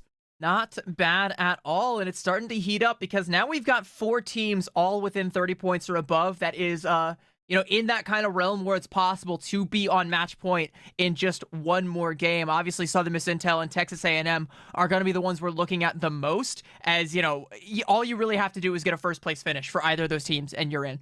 Especially with the KP as well, you're also good. I think that also kind of puts Iowa State Farmers in that kind of like if zone where you get a first place finish with that 3 KP and maybe one more along the way. And of course, it's Iowa State Farmers. 3 KP is not enough for them. If they're going to win big. So maybe that top 3 right there, that's your the teams you're looking at. UCalgary Exodus, though, still continuing to be at least somewhat consistent. It wasn't the best game for them last game, but still putting up points on the board, still inching ever closer to that 50-point threshold. Absolutely. And I think the big thing is a lot of these top teams that are above the 30 points here have been pretty consistent. While Texas A&M Maroon got a big win there, that was 18 points. They were sitting at 20 before. That was not a bad place to be before we got on to Storm Point. So everybody that's up here has been consistently getting points and consistently in a place where they can win a game. And that means you can end this match point very early if you're able to keep that consistency up. Something else I want to highlight, by the way, is aside from the one win from UCalgary Exodus, even then, all of our zones have been out in the middle of basically nowhere, where there's not a whole lot of playable cover. It's just kind of all natural geometry to play around. And that's where the Gibraltar really shines. And you see a lot of these teams, especially down towards the lower half, that are trying to forsake the Gibraltar completely. They are struggling to get a lot of points here. They are struggling to stay alive in these endgame scenarios if they can even take some of these edge fights out in these no man's land kind of situations. But Southern Miss Intel, Texas A&M Maroon, they are geared up specifically for just such a thing. Absolutely. Here we are getting ready for game number 4, and I mean, I don't know about you, but I feel very strongly like we could get a match point team after this next game and could see it end fairly quickly, all things considered. But I mean, teams just moving themselves up the ladder, and I don't expect us to be here for 11 games like we've seen in some other match point tourneys. I'm gonna call it right now, because it's been too unpredictable, especially amongst all of these teams up in the top half. I'm gonna say 7 games.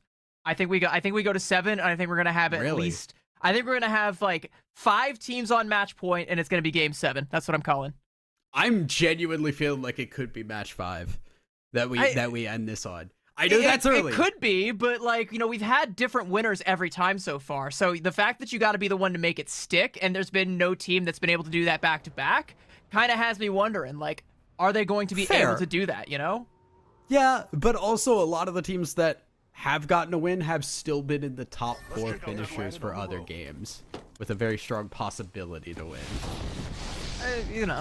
In theory, everyone has a possibility to win. It's anyone's game still. I could load into this game and you'd be like, well, there's a chance Thousand Eyes could win. There's no chance. I'm not winning anything against these players, but well, you didn't go through qualifiers, so I don't think that would be legal, I think.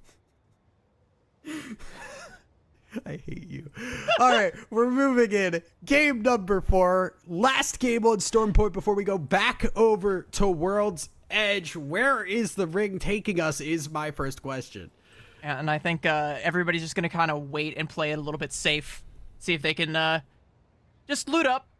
get that ring intel, decide where they're going to start to head as soon as that intel does drop. A lot of these teams, though, not having full access to beacons, and some teams not even playing the Controller Legends won't even be able to get the early scans, so just going to have to rely on their own senses. And there we go. It's another ring very similar to the one last time over towards that western side where Jurassic, Ceto, Mountain Lift, Cascade Falls, all very much so playable.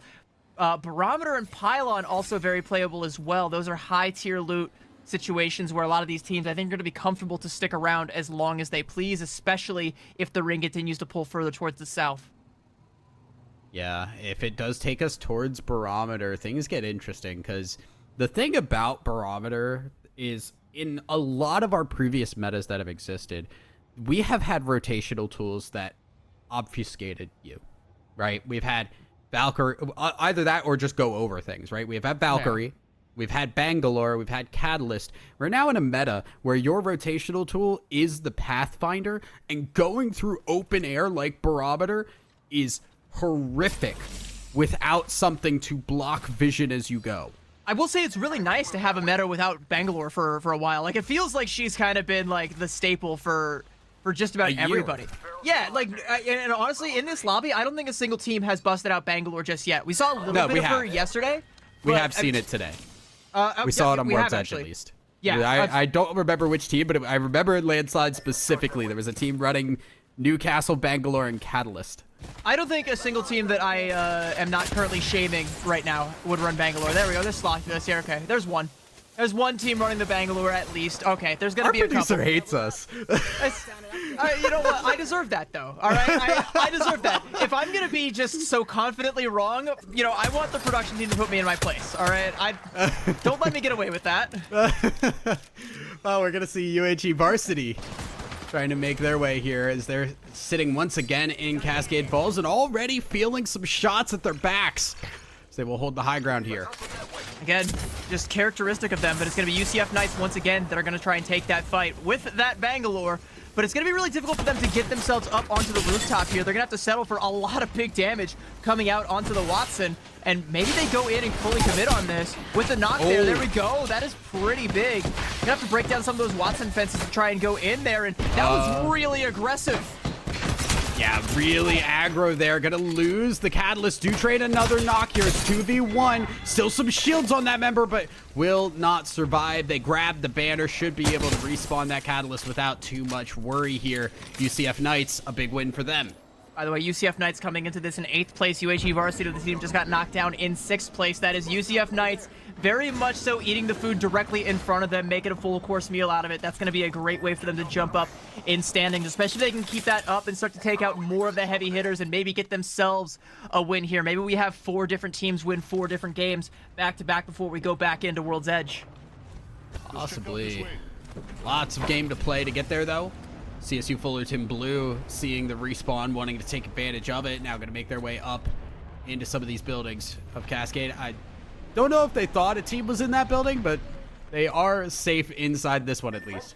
I think they definitely heard the fighting and thought there might have been a team inside that building. Unfortunately, it was the building next door where the party was kicking off. You got the wrong address there, CSU Fullerton, but more than happy to toss a couple shots that way, see if you can get a crack or anything that you can, at least in theory, punish. You still won't be able to in this meta, but lead out a couple resources and make the future rotations for UCF Knights a little bit more difficult.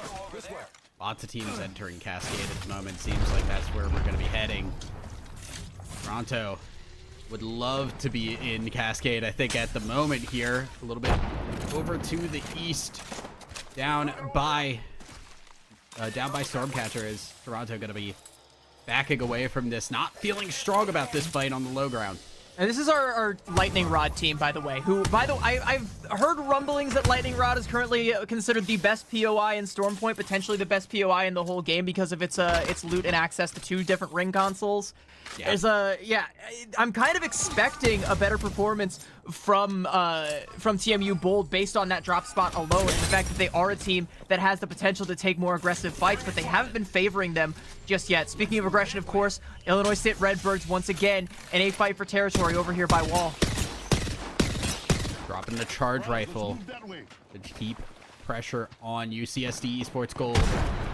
Now now moving out of Cascades here, not feeling safe around the amount of firefights that are breaking out. San Jose State Blue gonna take their shots as they leave. Peppering a couple shots up there. This is interesting because, like, you know, Cascades is still in the next ring. It is still safe, and I have no reason to assume that the ring is going to pull too far away from there just yet. But they seem to think it is, but they're going to walk right into Southern Miss Intel. And I got to tell you, not exactly whose arms I'm looking for a hug from right now. Absolutely not. Southern Miss able to hit. Oh my God, from a distance, the R301 doing work. Thalos gets the knock onto Potato, and that's another knock for Southern Miss. Can they finish this squad off before anybody else shows up? Remember, we are in Cascade Falls. Teams are coming from all possible directions, but UCSD Esports Gold do go down, and that's another 3 points to our top spot on the ladder right now. Inching ever closer. They were at 40 points, and they're just trying to get 10 more to make it into that 50-point threshold. They might be our first match point team. 11 now. Yeah, absolutely. I mean, they're inching closer. They will almost certainly be the first team to cross that threshold, especially if they can even get placement points. And I think they know that. They're not going to go too aggressive, just kind of play gatekeeper like they have been up to this point. Meanwhile, you got a couple of teams trying to storm the gates right now, as usual. ISU Redbirds still not actually getting themselves into that next gear, still waiting for an opportunity to get their names up higher in the leaderboards, but being a consistent threat on some of these edge fights, looking for more to take. And it sounds like they have sniffed out some trouble they are looking to get themselves into. Stenko looking for the wraparound here, has eyes, gonna throw nades. That might be the thing that shows them up. Judge walks up, just drops a nade inside the Gimme Dome, and then ults away as U Buffalo in trouble. Hunt will go down, and U Buffalo need a little bit of help here. Another one falls. Yeah, that's Southern Miss, and another stick.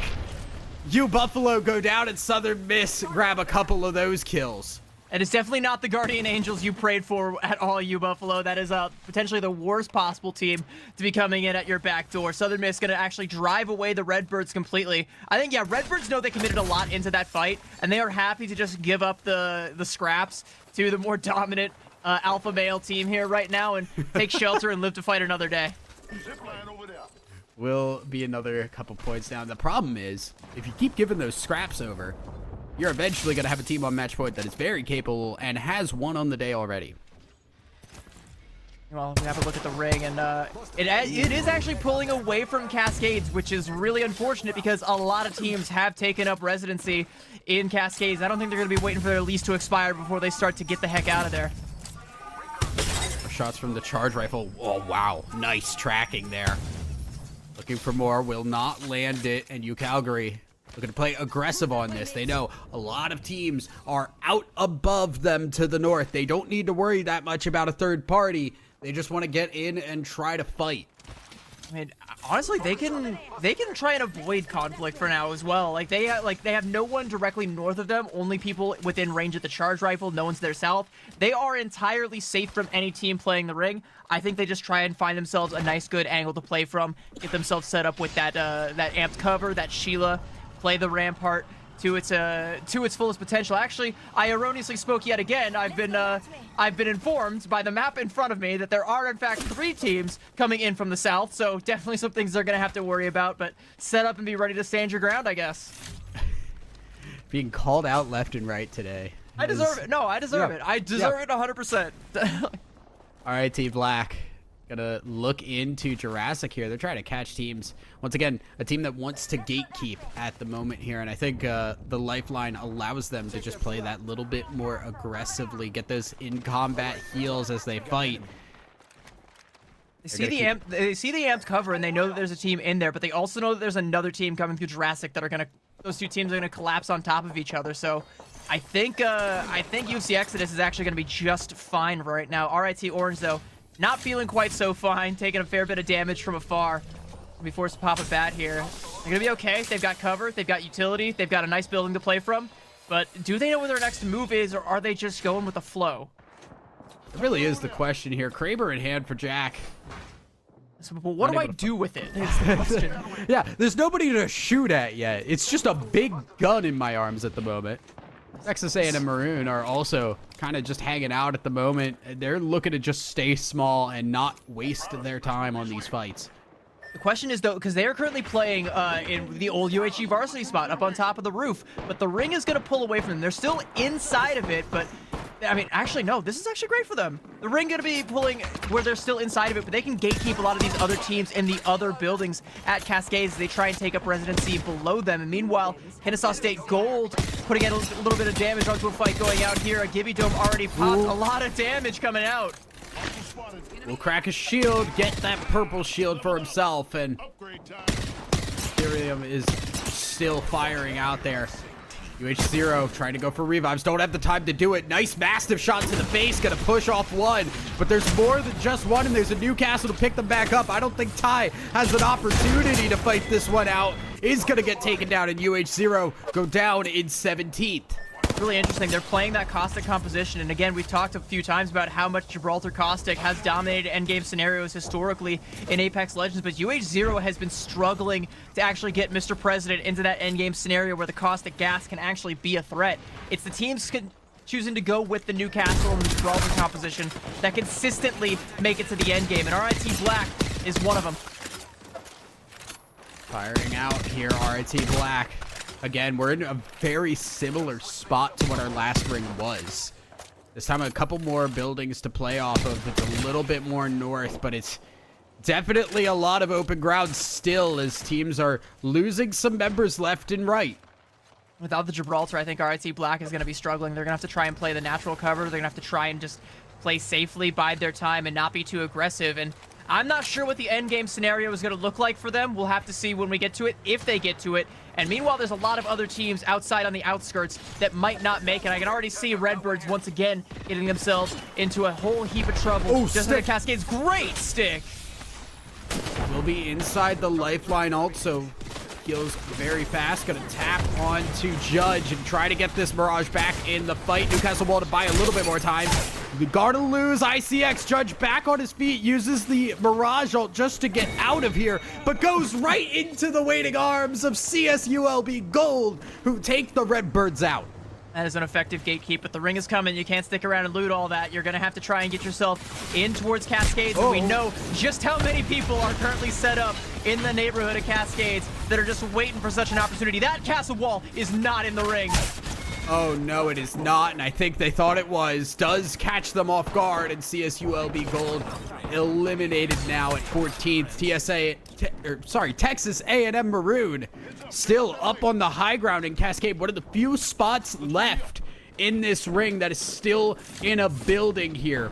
And they can hear the pitter-patter of little feet inside of that building directly below them. The question is, are they going to bide their time and wait for that team to come out from beneath them and try and pick them off? Or are they going to be the ones to try and make that first rotation? Speaking of, here comes Grand Canyon Purple taking out Kennesaw State Gold. Beautiful. Another Edge team looking to find their way in, but is happy to do as much damage to all these other Edge teams as they go, as they make their way in there. Again, looking at Cascades, all the teams up there, how are they going to bridge this gap?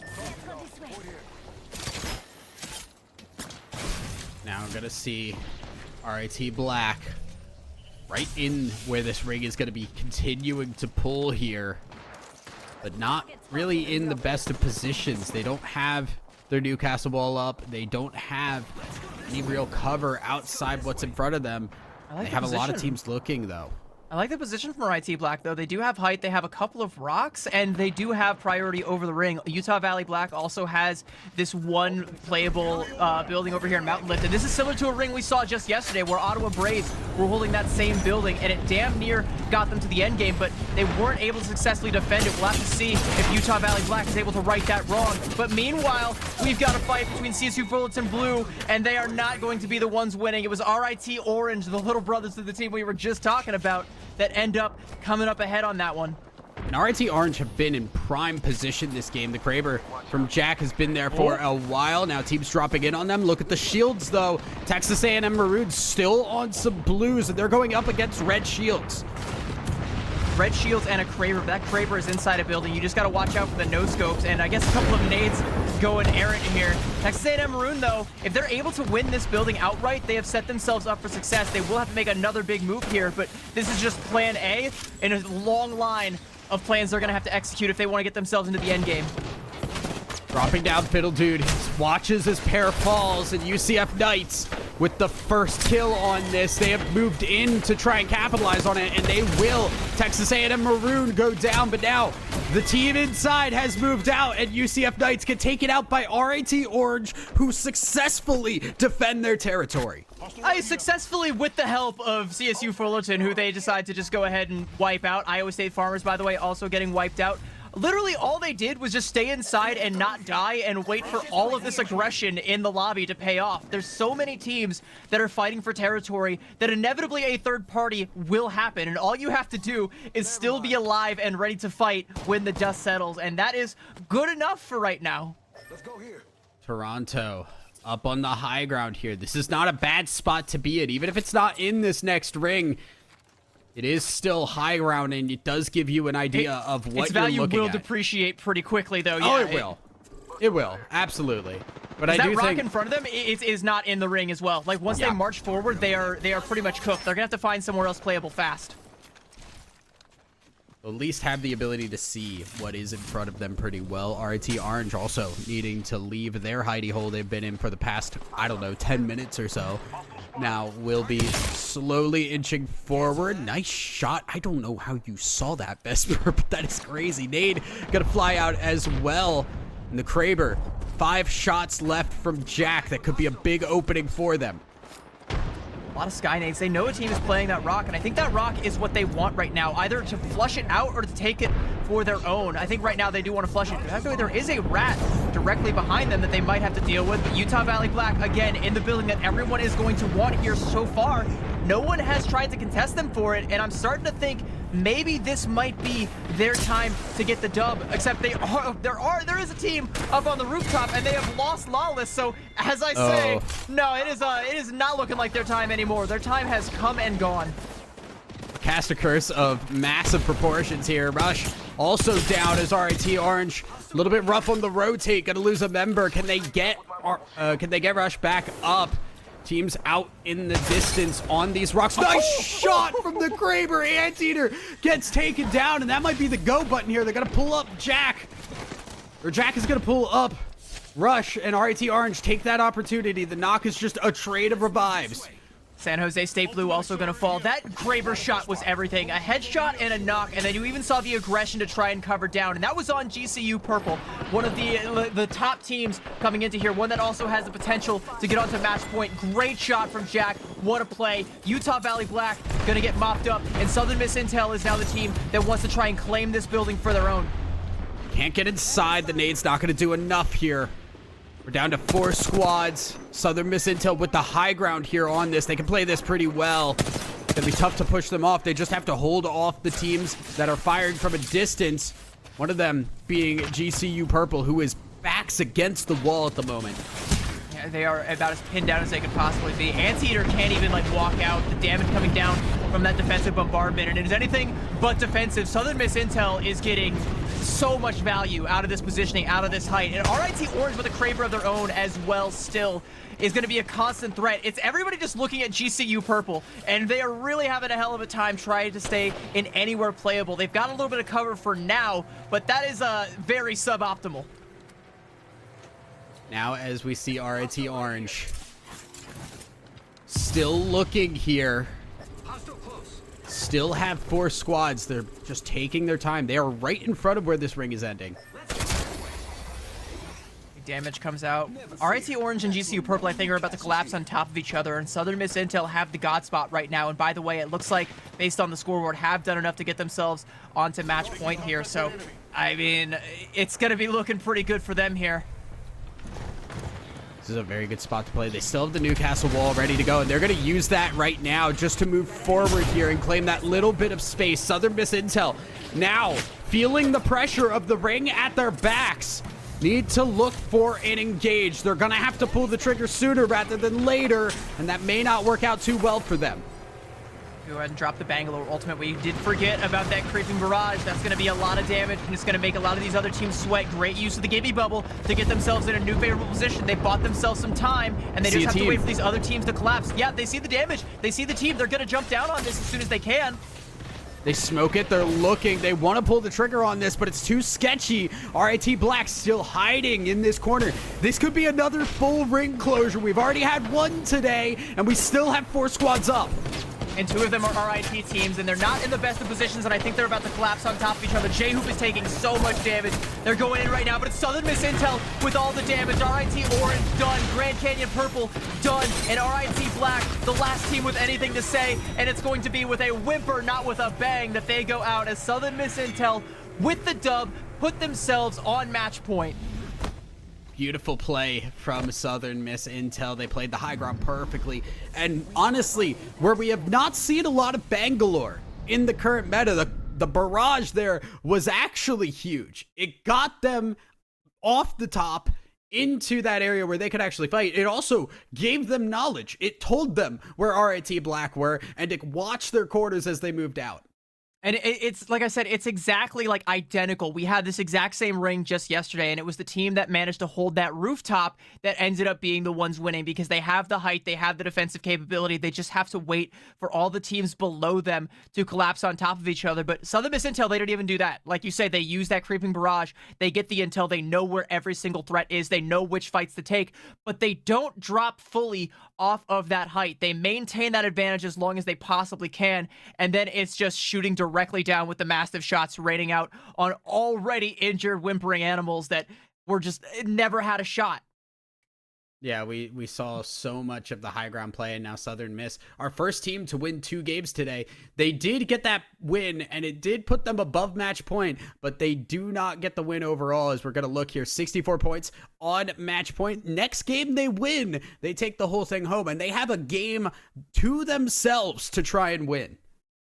They are going to be the team with the target on their back now. When you're the first team on match point, it's either you stick the landing or you become public enemy number 1. So Southern Miss Intel, they've been coming correct this whole time. They got to keep that up. One little slip up, and suddenly it could be the likes of Iowa State Farmers that end up joining them in match point, or potentially GCU Purple, both of them tied at 43 points. And that is due in no small part, to all of the kills that Iowa State Farmers continue to collect. Even when we're not seeing them in endgame scenarios, we're seeing them in the kill feed. And GCU Purple still getting a top 3 finish in that last game. Gonna get them some decent placement points. They did come away with some KP as well. Not a bad performance out of them, but you're gonna be looking for that dub, that win, once you cross that threshold. I think one more game, and we are looking at least 3 match point teams, if not Southern Miss Intel just taking it away in 5. Absolutely. I mean, you're going to be trying to look now and say, okay, this is one of the few teams that has that Bangalore, right? Like, if we see a Bangalore, you might just have to pull the trigger. For the sake of the tourney going on, you may just have to try and focus on that team and try to get them off here. But we are going to send it here to a quick break while we get ready for our next games on World's Edge. We're going to see if we get more than one game or if we're going to see a team take it home just after this.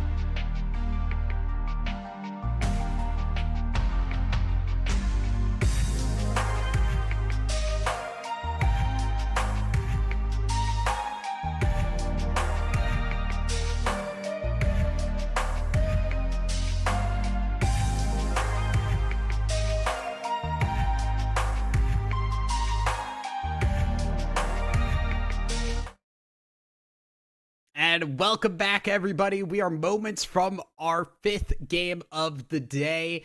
Want to call out, we did get a winner for our giveaway. Dorukan got a pack of 4350 Apex coins. DMs will be coming your way, but congratulations on the victory. But we have more Apex to get into because the game is already getting underway. Teams dropping out of the dropship now, and we have a target on one of our team's backs.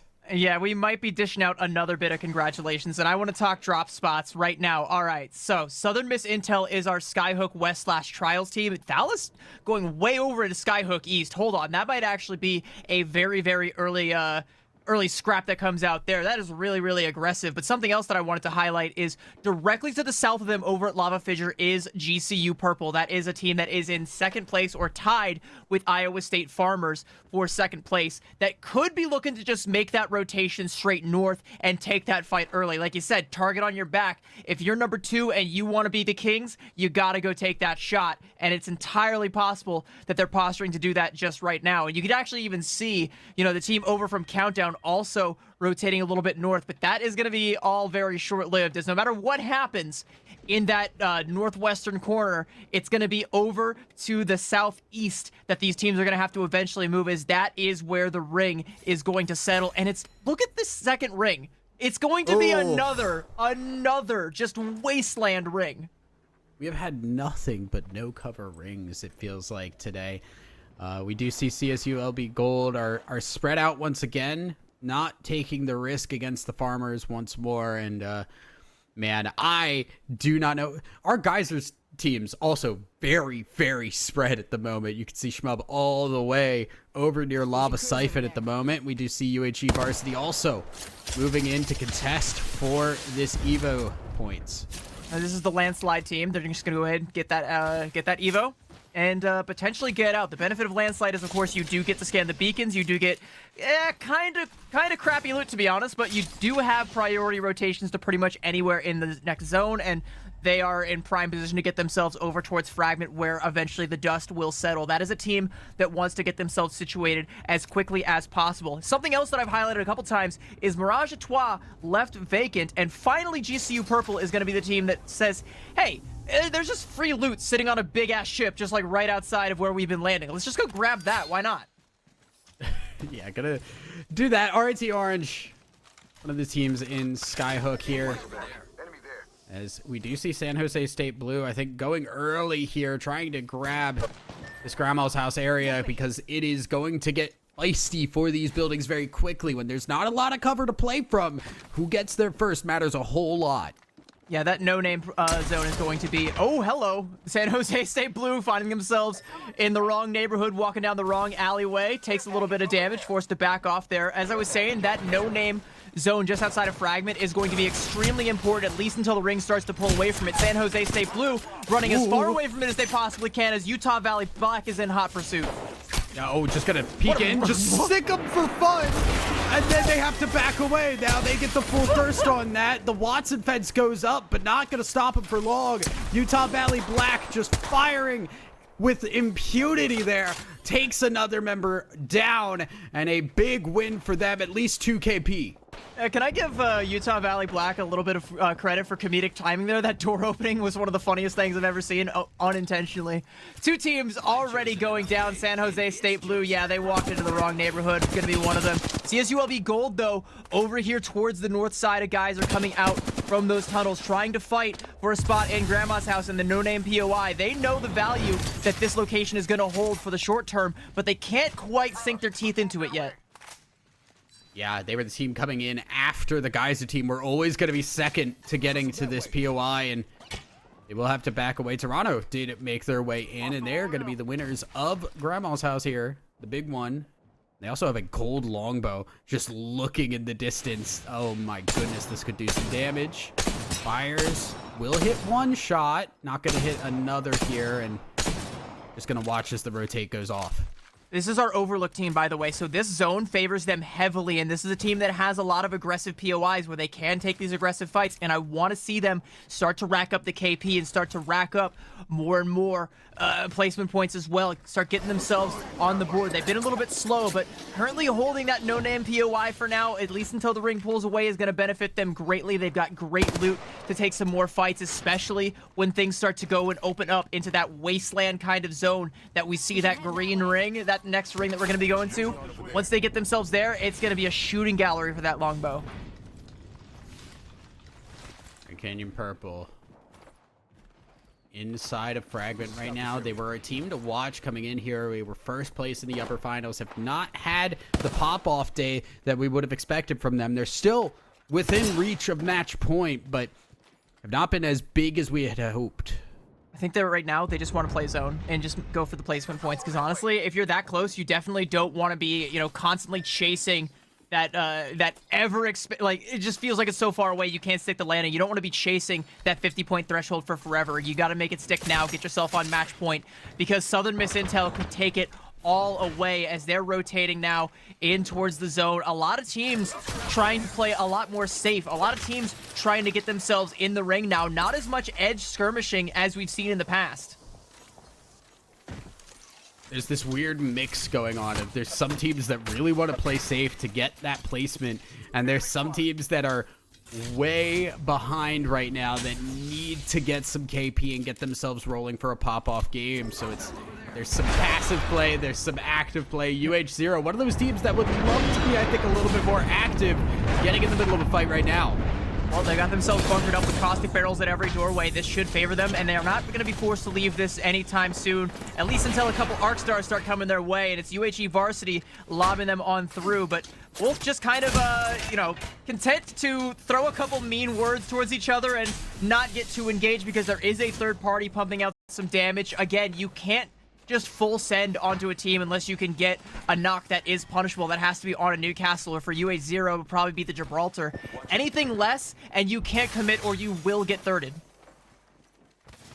UHE Varsity nearby here. A lot of teams, I think, prioritizing these buildings correctly in this middle area, because again, very little cover to work with. Those buildings become very precious, especially for teams that are running stuff like the Watson, like the Catalyst, like the Caustic. You want to get there early, hold down as much as possible, make it dangerous to push you. I like where you UCF Knights are currently playing though right now. They're playing at a choke point that is going to be central to the next ring. Meanwhile, there's a lot of fights kicking off to the north and a lot of fights kicking off to the south from teams that have misread the ring and now are going to have to fight for territory. And Southern Miss Intel is no stranger to taking those fights as they try to rotate up through Harvester. You got to believe they're going to be running into some conflicts, but if any team is prepared to take them, it's going to be this one. Grand Canyon Pookies healing up here a little bit far away. We do see Farmers down to the south near Dome, and they are looking for some fights. Again, this is a team that can just KP-wise get themselves up to match point and put themselves in contention for a win overall, and it does seem like they want to do that themselves. They've got one kill, and oh, Kostenko is still down there. They took down 2 members of Illinois State Redbirds, and they're just going to go ahead and leave Kostenko down there. They're not going to try and sniff that rat out. They know they've got a lot of ground to cover and not a lot of utility to do it. They're going to make a run for the balloon and probably head up north towards Lava Siphon. Meanwhile, UCalgary Exodus coming in a little bit behind where Southern Miss Intel just came in through Harvester. This is a conflict waiting to happen. Medzi with the charge rifle looking for pay dirt. Calgary Exodus won our first game on the day. Got 4th in the second. Have been fairly quiet since then. Now a ways out of the ring. Need to open up some spots to move in here, and they're gonna just take this Pathfinder ult to just go on the outskirts here, try and avoid this fight entirely, but they're taking some damage while they do so. I believe that is Southern Miss Intel, unless there is another team at Harvester that we don't yet know about. But right now, UCalgary Exodus knows that there is at least a team at Harvester, and we don't want none of that work right now. Medzi gets cracked there. That might not be punishable, but it is going to force some positioning, force the bat to be popped, and potentially some ground to be gained for this team. UCalgary Exodus is actually going to turn around. They're going to take this fight. Gonna scan here and see, get some high ground now. They do need to get everybody on the same page here. They will see it is a lone 3v3 between them and Southern Miss Intel, who want to gatekeep here. Now, Southern Miss Intel, they could just back away. They have the ring working in their favor, and we've seen how bad that could go for some teams in the other maps. It looks good for Southern Miss Intel right now because they do, have the position to gatekeep. But the problem is if they back up, there are so many other teams already posted up at those choke points. They do risk getting poked out from range. And Grand Canyon Pookies, range is not the name of the game here. It's up close and personal with the massive shots from Who's Your Daddy, asking that question to anyone who dares try and knock on their door right now. They will have to heal up, however, as they're definitely getting shot from a couple of different directions. This building will provide some cover. Texas A&M Maroon wishing they had a little bit of cover here now, as it is just Swifty, who is still alive, gets inside the building as Southern Miss Intel going to flank on the side here. Thalys is down, but it's not stopping them from being on the aggressive here, and they will pick this Pathfinder back up. They should be able to get the res, but it's just like I said, they don't really have as much room to back up as you would have liked to think. UCalgary Exodus is on the hunt right now. They've got everybody back up. Medzi is healing up, but this Pathfinder here has the height and has the nades raining down. This is a bloody fight that is not going to benefit either team if they don't close it out fast. Exactly, yeah. There's no other teams to third party this, but the ring is a factor, and the more they move this fight, the more likely it is somebody can peek over. There's already some shots coming through. There's already teams looking in here.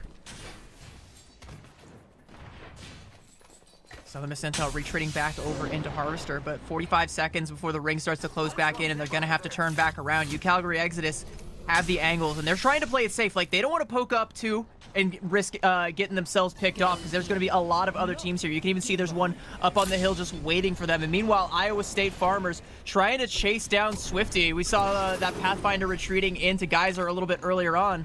Iowa State actually gonna back up. They're just gonna go ahead and give ground, concede. Happy to still just constantly be a threat in the lobby. That's all they really need to do, is get some more KP, get a little bit more placement points. They've got 3, they need 7. 4 more to go. Oh, there was a Pathfinder coming in. Great time for a cut. Southern Miss Intel have disengaged a bit here. Now realizing this is not a fight that works out if they just full all in. Do crack a shield, but not going to be able to capitalize on it. And this is an interesting spot too. Southern Miss Intel, they are in the ring right now. It doesn't look like the best playable spot, but they have height and they have line of sight over all of these doors, and they are at least relatively safe from the team up in the choke point. This isn't going to be the best spot once the ring closes, because they will have nowhere to go but forward, or potentially go for a long wraparound through the tunnel. And that's actually what it looks like they're going to be doing. Yeah, they're signaling. They want to go actually with that long wraparound through lava cycle. I think it does keep them out. Sullivan Fan hitting the Kraber shot. 140 crack on that, but cannot jump up there. And now the ring gonna put some pressure on them as they make their move. Gibraltar Dome for the rotate, but they're gonna have to leave it at some point. They see a team right in front of them. Newcastle Wall at the ready will be used. And CSU LB Gold have created a safe spot for them for the time being. Safe is doing a lot of heavy lifting in that term, because I don't know if it's actually the safest. They do have some angles where they can still be poked out, and you can see KDO FPS is trying to keep those angles in check, trying to anchor out for the team, looking for Sullivan Fan to hit another big Kraber shot. If that happens, this is something that they can potentially capitalize on, but there's so many other threats from every possible angle. Look how spread out everything is. No one knows where anyone else is. They just know there are problems. Let's get payback. UCF Knights, I think now trying to gatekeep as best they can. There's a couple of teams moving here, and there is one choke point to go here. You can try and go all the way around on the outskirts here, but it's a long walk and you only have 35 seconds. So many teams are going to want to push through that hill area, and it's not going to end well. Southern Miss Intel somehow have gotten themselves into Lava Siphon and inside this next ring. Remember, if they win this game, we are done for the day. I mean, they're in a great position to do it, but Toronto Metropolitan Bold, they have a really good position here that I think for the next 2 rings is going to be the god spot that everyone else is going to be fighting for. Speaking of fighting, UCF Knights finding themselves collapsing on top of CSULB Gold, and that's going to be them winning. Now they have this angle, and they're going to get the Kraber that CSULB Gold was also making use of earlier. Not a whole lot of shots left in it, but there are still some. UH0 have been holding strong here. We said they're a team that they want to get there early, but they've been struggling to hold their ground. Now they've been able to do so, and they're in perfect position to try and get some big points for themselves today. This is really good for round 4, but it's not going to be the best for round 5 when the ring closes and suddenly only one small corner of this building becomes playable. And the question is there a doorway there that they can get out of, and is there another better place that they can set themselves up? They don't have the utility of a Newcastle to try and make their own playable space, and RIT Orange wants to take this for their own, as like a lot of damage coming through. Jack getting res there. RIT Orange are at least safe for now, but there are so many threats nearby. UH0 and whichever team it was that they nearly took out. Skynade gonna try and put some pressure on them. Not gonna land. Gibraltar Dome comes out and it's just stall, stall, stall. RIT Orange have snuck their way into this ring. Vesper looking around here. I think RIT Orange realized they've got to make a big play to get themselves further into this ring, and they only have a minute to figure that out.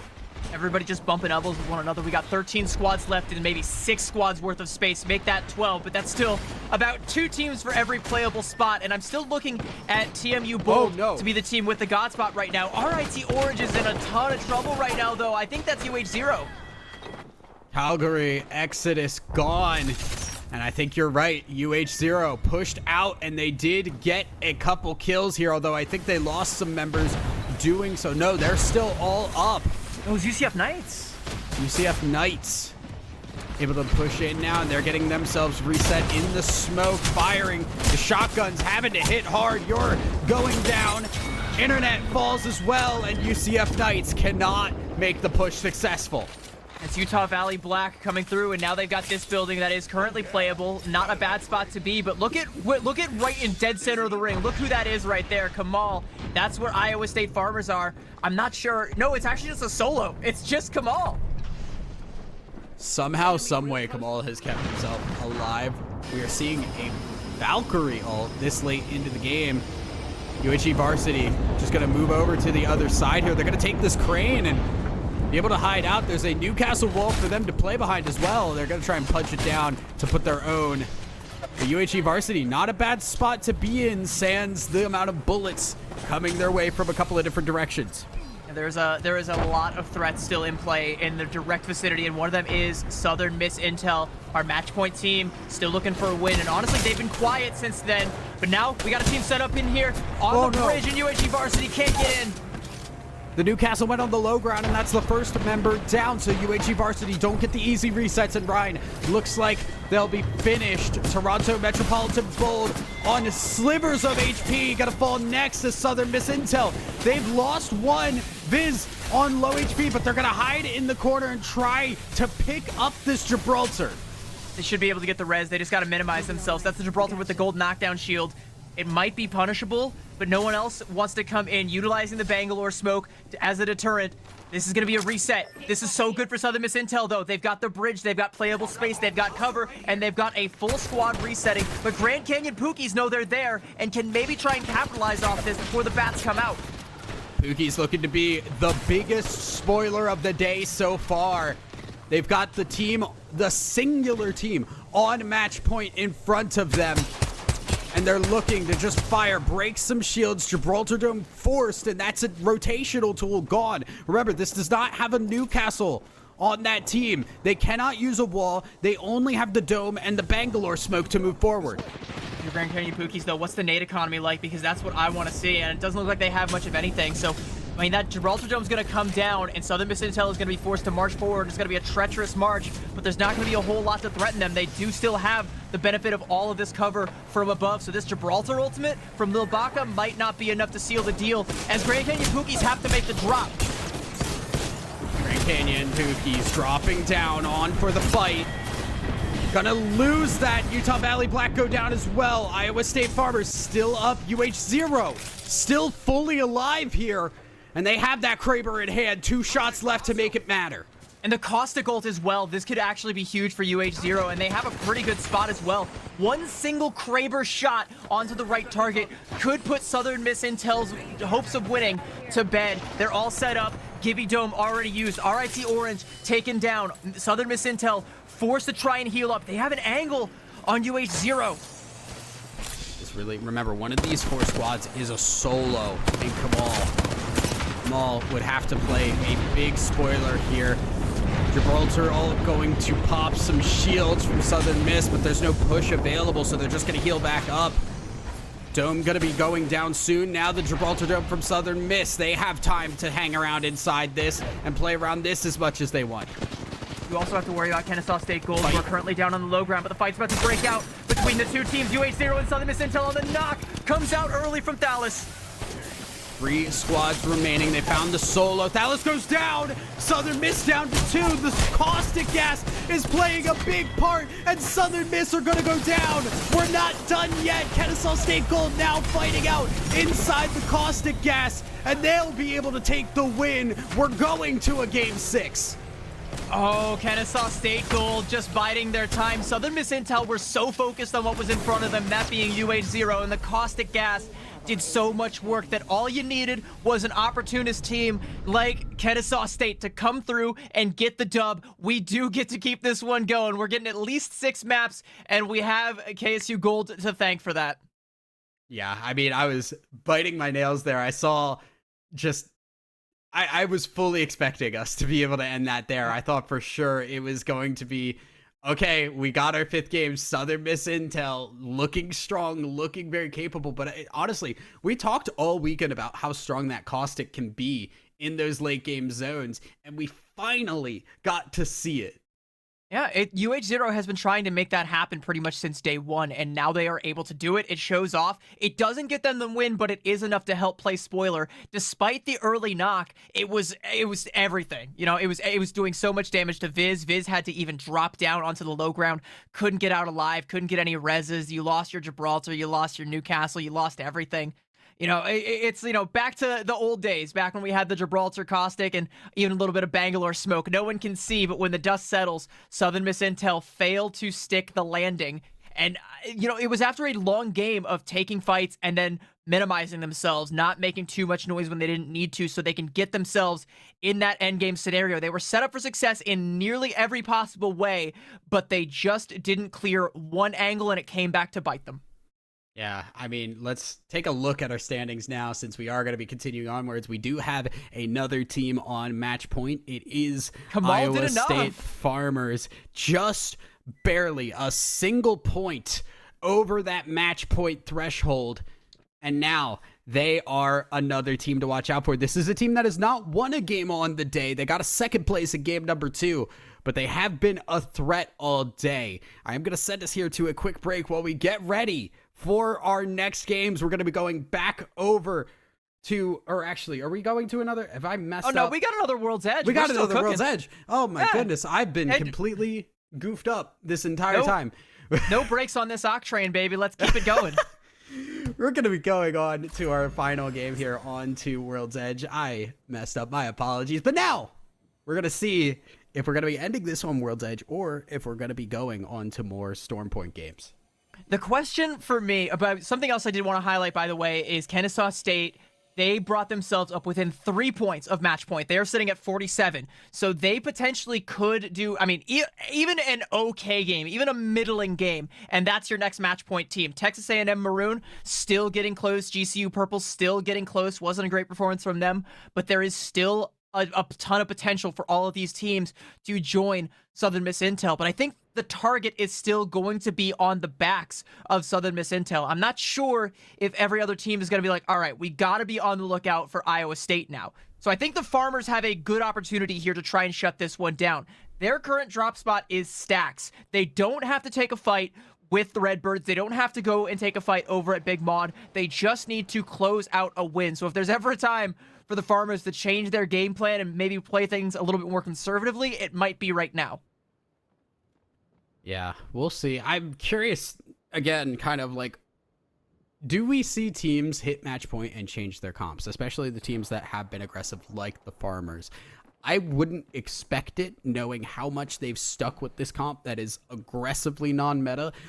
But the possibility is there to say, you know what? We don't need to kill farm. We don't need to do that. We just need to stay alive in order to win. I mean, that's pretty much the name of the game. You know, you can't win until the end game, but you can damn sure lose before then. And wow. All right, we're actually getting some real estate inside of the ring this time. We're getting an epicenter fragment ring, and maybe I think going to continue to pull further north towards epicenter. Those are also pretty hectic, but a lot more playable cover. Those Gibraltar teams no longer are going to be all but mandatory. Yeah, thank goodness, because we have had a crazy amount of just wide open rings, not just on World's Edge, but also on Storm Point. It's been very little playable cover. Now, maybe giving an opportunity for some of these teams that rely on that cover in order to win their fights, as we're probably going to be heading into the Monument Fragment area.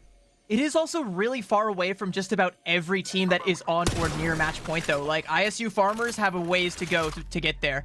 You know, you got GCU Purple over at Lava Fissure. They still got a ways to go. Southern Miss Intel, they were over at Sky West Trials. It's not the worst rotation because you do have a lot of air balloons you can play from, but still not great. And a lot of these teams could get caught out on the rotation there if they're not careful. So Again, I want to reiterate, especially for ISU Farmers, that you don't need to go too aggressive here. And as I say that, Kamal's got 3 in the kill feed.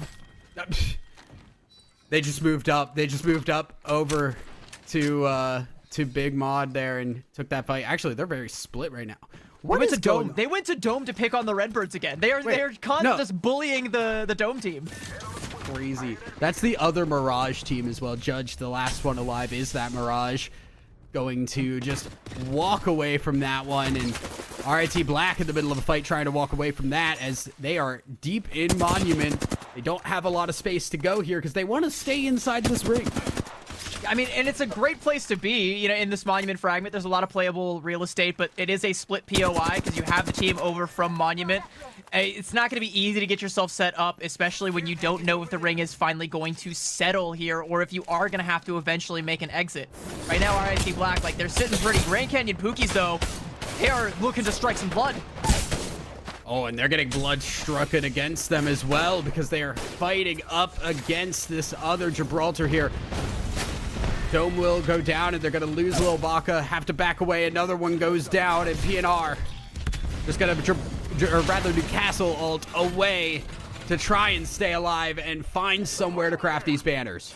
That is a very loud retreat, though. The crash coming down from the Newcastle wall. Everyone is going to be able to see that. Meanwhile, back over at Geyser, San Jose State Blue keeps finding themselves in scraps over here, and it hasn't benefited them so far. UBuffalo Esports is going to be the first team to head out. They are still not in the best of spots, sitting towards the bottom of the leaderboards, and I don't think that's changing anytime soon. Meanwhile, Toronto Metropolitan, our Overlook team, came down into Geyser to try and find some trouble. They still want to try and find some KP. They still want to try and climb those leaderboards, get themselves up in that upper half. UCF Knights able to get some KP for themselves. Illinois State Redbirds maybe becoming KP if they're not careful here, and they will. Illinois State Redbirds are eliminated by none other than the Farmers. We said you just got to play defensively. I don't think the Farmers know how to do that. I mean, well, okay, maybe they just want to bully the Redbirds, because it feels like that's just what they've been doing. Is like they want to establish Mirage team supremacy. They're like, all right, you're going to come in here with our pick, our off-meta pick, and you think we're going to let you slide? We think we're going to let you make it even into the top 15? Fat chance. You're playing as a rat at best, and we will sniff you out. More importantly, though, that does put the Farmers on really good Evo status. They've been fighting out. They've been winning. They are getting their perks sooner rather than later, and they will be a strong team moving into this area here. Look at the cluster in this middle area on the map. It is everybody hitting these choke points going into Fragment. And at one of them right now, Utah Valley Black trying to stand their ground and prevent anybody else from coming on in through. Bangalore Smokes, though, gonna make it so they can't engage, so they're gonna have to try and be careful here. They're in a spot where a lot of teams can see them from a lot of angles, and they can't stick around too long. These choke points just as hard to hold as they are to break.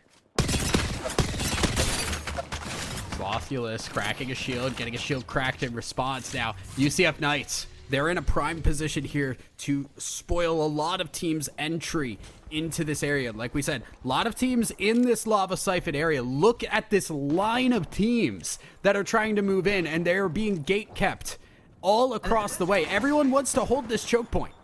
The first couple World's Edge games were bloody as a lot of teams were trying to get a lot of early KP, take a lot of edge fights. But as we get further and further into it, I think teams are realizing that's not necessarily working out. We have to try and get ourselves into the zone, get situated, and gatekeeping became the name of the game for a lot of these teams eventually. And I think that's kind of where we still are. It's equal parts gatekeeping and zone priority that's winning out a lot of these fights. A lot of teams disengaging from this, I think realizing that they are pushing themselves into a wall. Texas A&M Maroon, one of the teams over in the Geyser area, they are staying out of the way. They know there's more than one team in their vicinity. They should have an easy rotate up into Fragment, but they're taking their time with it. You would think it'd be an easy rotate, but with all the other teams in Geyser right now, I think it's going to be anything but. Meanwhile, Epicenter, RIT Orange, they have a great spot, but it's under threat. You know, other teams are going to know just how important this high ground is, especially if the ring continues to pull towards Epi. That's a really rough knock. It's Russia going down, and that will be Russia taken out entirely. Newcastle gone, UCSD Esports Gold able to get a big win here and cement themselves at the top of Epicenter.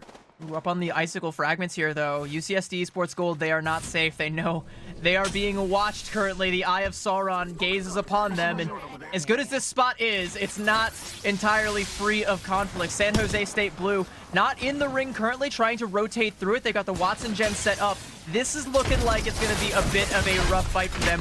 Interesting use of the Valkyrie tactical right into your own gen there. Didn't really pay off, and I think Toronto Metropolitan Bold are going to be laughing all the way to the bank with that one. Maybe you don't even have to take this fight. Just, angle this team out. Just using the Newcastle tactical, going to move their way out here now. Interestingly enough, does seem like Toronto just want to move forward here. They don't want to spend their time trying to gatekeep because they know they could get gate kept themselves. Texas A&M Maroon in a rough spot here. Swifty is trying to get out of a bad situation. Will grapple away. Fiddle Dude still stuck in the middle of it, but is hiding away to be able to do so now. They're going to try and grab the banner here, I think. No, just trying to go for the fight. PK shots, 33. Not enough for a fight here. Another 45. Fiddle Dude playing the angles well, but can't do enough here. It is going to have to back away. Yeah, you said this was going to be an easy rotate for them into Fragment, and I said it was going to be anything but. Utah Valley Black doing a great job at stopping them from even getting that banner. Great corpse guarding. It's not going to be easy for them to rotate in either, but a little bit easier considering the only thing standing between them and the ring is this duo that you've already forced to bleed. They're going to go on the run here, and it does seem like they're not going to go for the chase here. They thought about it for a second. They're just going to take the win they got and not force themselves into a spot where they can be third-partied. So I think a smart choice there from them. We're going to check back in now. See Southern miss. Honestly, not far off this ring, but there's a lot of teams in their vicinity that they're going to have to fight their way through. Oh, you can see Thal is taking some scout shots from behind. It's going to be forced to pop the bat. They are totally fine. Not going to be punishable. Nothing to worry about. And like you said, they're not in a bad spot, but they're in a place where I think they're going to have to fight if they want to try and get a good spot. I'm looking at teams like, Toronto, TMU Bold, that are in pretty good positions right now, and that's got to be who's on Southern Miss Intel's chopping block, but they can't lose sight of what's behind them, because what's behind them is equally as threatening. Southern Miss, one of our definitive teams to watch here. Second game on match point there. Right outside the ring. They don't have a far way to go to get into this next ring, but it is not the easiest of rotations. They're going to have to slide down this hill. Toronto going to be probably one of the first teams they're going to go up against, but Toronto are a little preoccupied, it seems.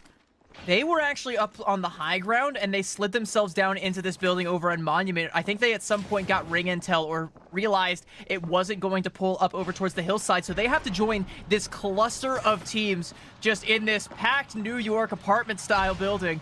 And that's going to be a good opportunity for the likes of Southern Miss Intel to try and find playable spots in the rocks just outside of Fragment, which will be temporarily safe, but not permanently. Texas A&M Maroon with a rough rotation here. Going to evac tower their way into the ring here. They've got to find a safe spot to land, though, because they've taken a lot of ring damage. They're getting shot at. Going to move in. I think they have found safety for themselves, and they'll be able to heal up. Look where the ring is going to inevitably pull. Very, very central, right in between Fragment and right in between Monument on that bridge. A lot of those teams out closer towards Monument are going to be kicking themselves for entrenching themselves so deep in those buildings, and they're going to be running right into each other as they try and scamper to get closer towards that bridge. A lot of buildings to work with here. That's why we're still seeing 16 squads, despite the fact that we're in round 3. Could be that way for a bit, or maybe not, as Utah Valley Black losing a member. Shotgun shells flying, but not going to finish a team off. Wheatwood, maybe, no, cannot stay alive. And Grand Canyon Pookies with another win for themselves. There's also a shot through the window. Grand Canyon Pookies, I mean, when it's this cramped and this crowded inside Fragment, inside Monument, you really got to be watching for shots to be coming through those windows, because everyone is just peeking, waiting for anyone to poke their heads out and just get some free damage, farm up your evos. Something that, by the way, Hair needs to do a little bit more of, because as we start to get more cramped, the blue shield is not going to get you through the winter, my friend. Texas A&M Maroon have come from the geyser area. They've gotten their member back on their feet, and they're continuing to play aggressive here inside this building in Fragment. Gibby Domes holding off the fight for now, as nades are going to fly out as soon as they're gone. There's a lot of time to play with, though, in Texas A&M Maroon. They can set themselves up here. I don't know if they have a Newcastle wall, but they can do that to keep themselves safe. This is definitely not where they want to be, though, because, I mean, the Gibraltar indoors isn't great. You get no value out of that bombardment. You can set up great with the castle wall, sure, but as we know, the ring is not going to be pulling from Fragment. Like we said, central, right in between Fragment and Monument, leading a little bit more towards Monument. You cannot stay in this building, and you cannot set yourself up here in its entirety. You've got to be ready to make a move, and you've got to be somewhere where you can actually get some value out of this Gibraltar pick. Definitely. Look at where Southern Miss is currently posted up. They have height on the train tracks towards the southern part of this ring. It's going to be a shooting gallery when all the Monument teams start to move. It is, but they're going to have to move as well. RIT Orange still up above, holding ground here. They have a Kraber, and that one could be a huge gun if they get themselves in the right spot as the ring starts to close. Texas A&M Maroon have moved out of their building. They realized not where they wanted to be. Now they're setting up within this next ring, but they are getting fired on from the spot they left, and they're going to lose Fiddle Dude. Newcastle Wall and the Dome used at the same time. They'll be able to pick up Gibraltar, but it does mean they are in a rough situation with no utility left to use. And the irony is this is the exact position that they want to be in, but I think they're here too soon. There's still too many teams with angles in playable spots that can continue to poke them out and angle them out and bleed out their resources. And this might mean that Texas A&M Maroon are going to be forced to give up this spot to a team like RIT that might be looking to come on in, or a team potentially even like Toronto Metropolitan Bulls if they're able to win out this fight. I don't think they are. Pyro left the last one alive, has to scramble away, got to hide out in the corner and make sure no one finds that Pathfinder. This is the beauty of not having any scans in the meta right now. You can just rat till your heart's content. ASU and Southern Miss, I think, are about to be in a fight as well. So State Gold moving forward here. Gonna crack a shield. Doesn't get the wall hop across, and gonna saw State Gold lose their shields from the Gibby ult coming in. Some damage that came up from on high on Monument. There's some damage coming out there as well. KSU Gold not in the best of straits. This State Gold backing away now, feeling the pressure from the teams all around them. Gonna go for a shield swap. Will be successful on that, but they are not looking strong for the foreseeable future. Still teams all around here as the ring begins to close. 20 seconds before that full closure, and everybody's got to start moving. They got the banner, though, and they got the Moby. They should be able to get this third man back up, but it's Southern Miss Intel directly above them, and a lot of teams still trying to fight for... Oh, no. Okay, all right. That was a little scary. A lot of teams still trying to fight, though, for the position currently occupied by Texas A&M Maroon. Pyro looking to play spoiler here. Grand Canyon Purple get eliminated now. Oh, that's got to be UH0 right there. We still have both our match point teams alive here. I want to point that out. We are down to 11 squads. UHE Varsity get eliminated. Kennesaw State Gold looking to get out of their sticky situation before they have to move over. Just a minute before this ring starts to close. TMU Bulls gonna get eliminated. That's Pyro finally being cleaned up there by Pear.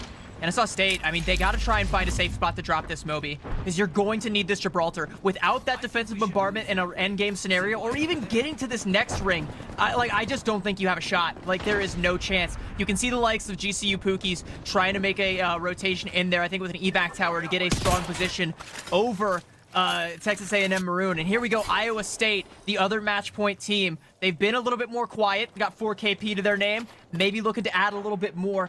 They are not in the ring, but they are in a great spot overlooking it and can get in the ring quite easily. You see you Pookies, honestly, I cannot say this is a bad spot. This is gonna keep them in that ring as round 5 is gonna start closing, and it's giving them high ground. The only thing they gotta watch for is teams rotating in to try and take this spot from them.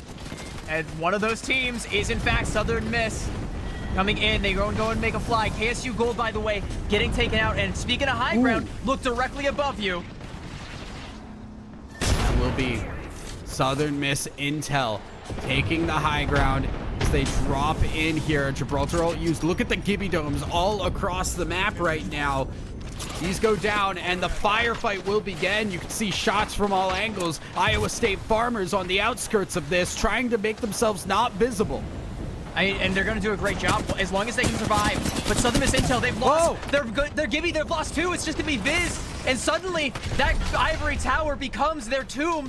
Viz might not be able to get it done. It might be another failure. Southern Miss Intel, they are done. UH0 and RIT Black go down. Calgary Exodus somehow still up here, and they're going to get the revive on the Newcastle. Will get picked up and will heal up.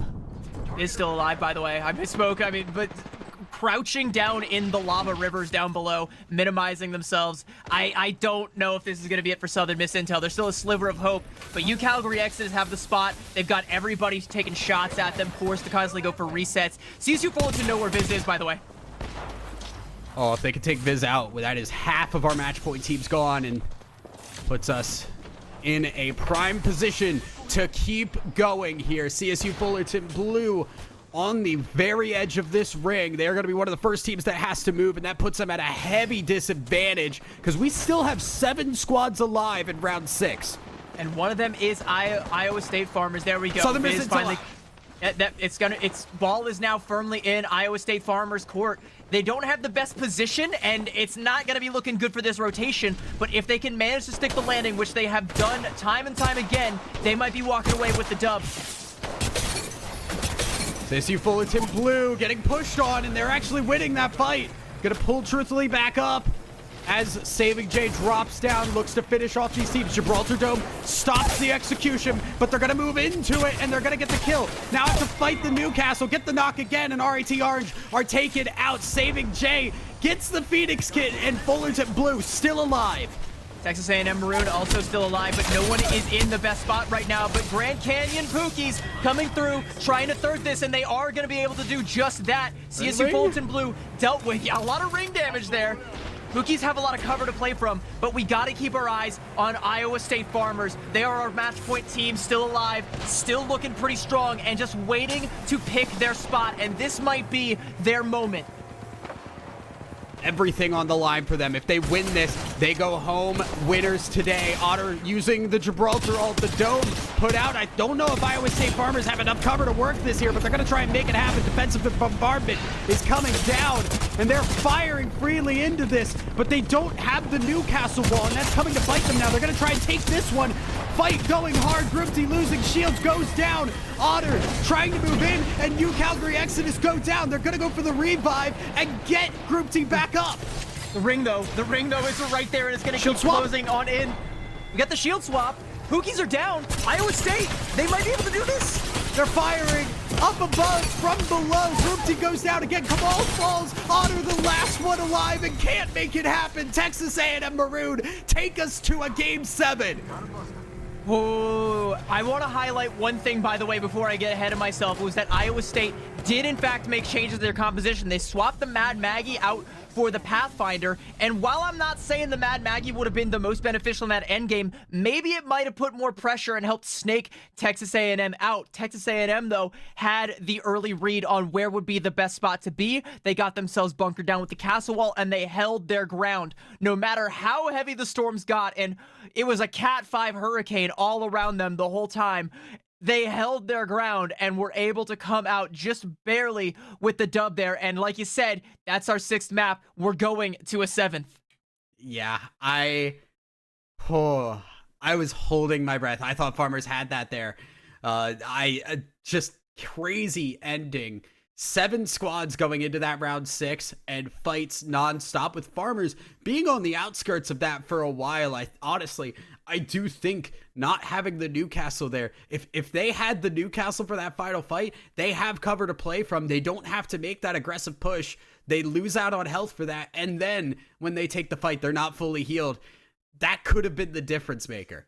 It's why I think they maybe made that compositional swap, because they understand that they need to try and find some way to close it out. Their composition that they love to play, the Maggie, Gibraltar, and the Mirage, is great for taking fights, and it's great for winning fights, but it's not great for closing out endgame scenarios. And when you're on match point, that's the only thing you have to do. You don't have to take fights. You don't have to win fights. You just have to win one end game. And I don't know if the Pathfinder was the squeaky wheel that needed the grease. Perhaps that Newcastle, or maybe keeping the Mad Maggie, would have helped them a little bit more. But I mean, who am I to argue with success? They just need to find that one more opportunity, and they need to seize it. But we have seen both of our match point teams fail to grasp that victory. Let's have a look at the leaderboards here. Once we have that all ready here, let's go. And we got 4 teams now on match point. The stakes, the ante is up. And by the way, I said map 7, 5 teams. I was almost right. UCalgary has disappointed me, but I would have been correct if we win the next game. I want to call out that outside of UCalgary, who won the first game, every team that has won a game is now on match point. Kennesaw State, with the game number 5, now do move up to 51 points into match point territory. Texas A&M Maroon, also our other team that has gone above and beyond into match point. We are almost there. It is tantalizingly close, I feel, to a crazy ending, but we're not going to get that crazy ending on World's Edge. We're going to get it on Storm Point, and we're also going to get it after this break.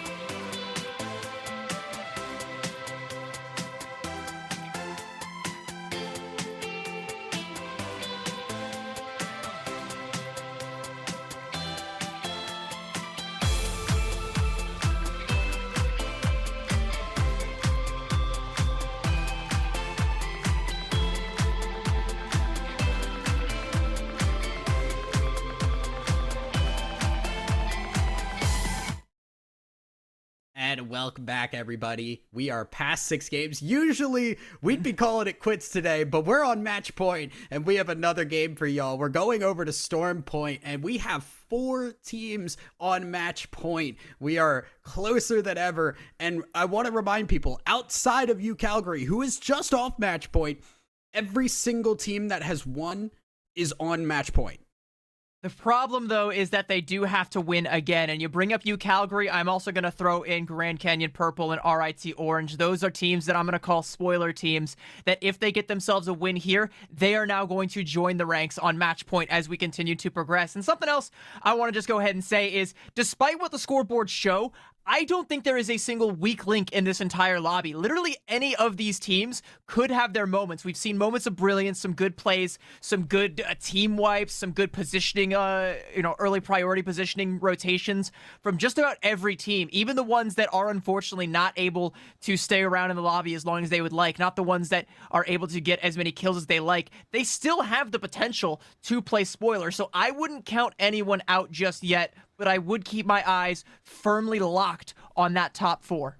I am begging right now. The only 2 Storm Point games we have been in the middle of the map. I am begging to go anywhere else on the map right now. I do not want to end in that central area that has no cover, and not a fan of where we're going right now. It doesn't look good for me. Looks like a central area with not very much cover. Okay, so there's a couple of possibilities, right? Like, we could go Jurassic off of this.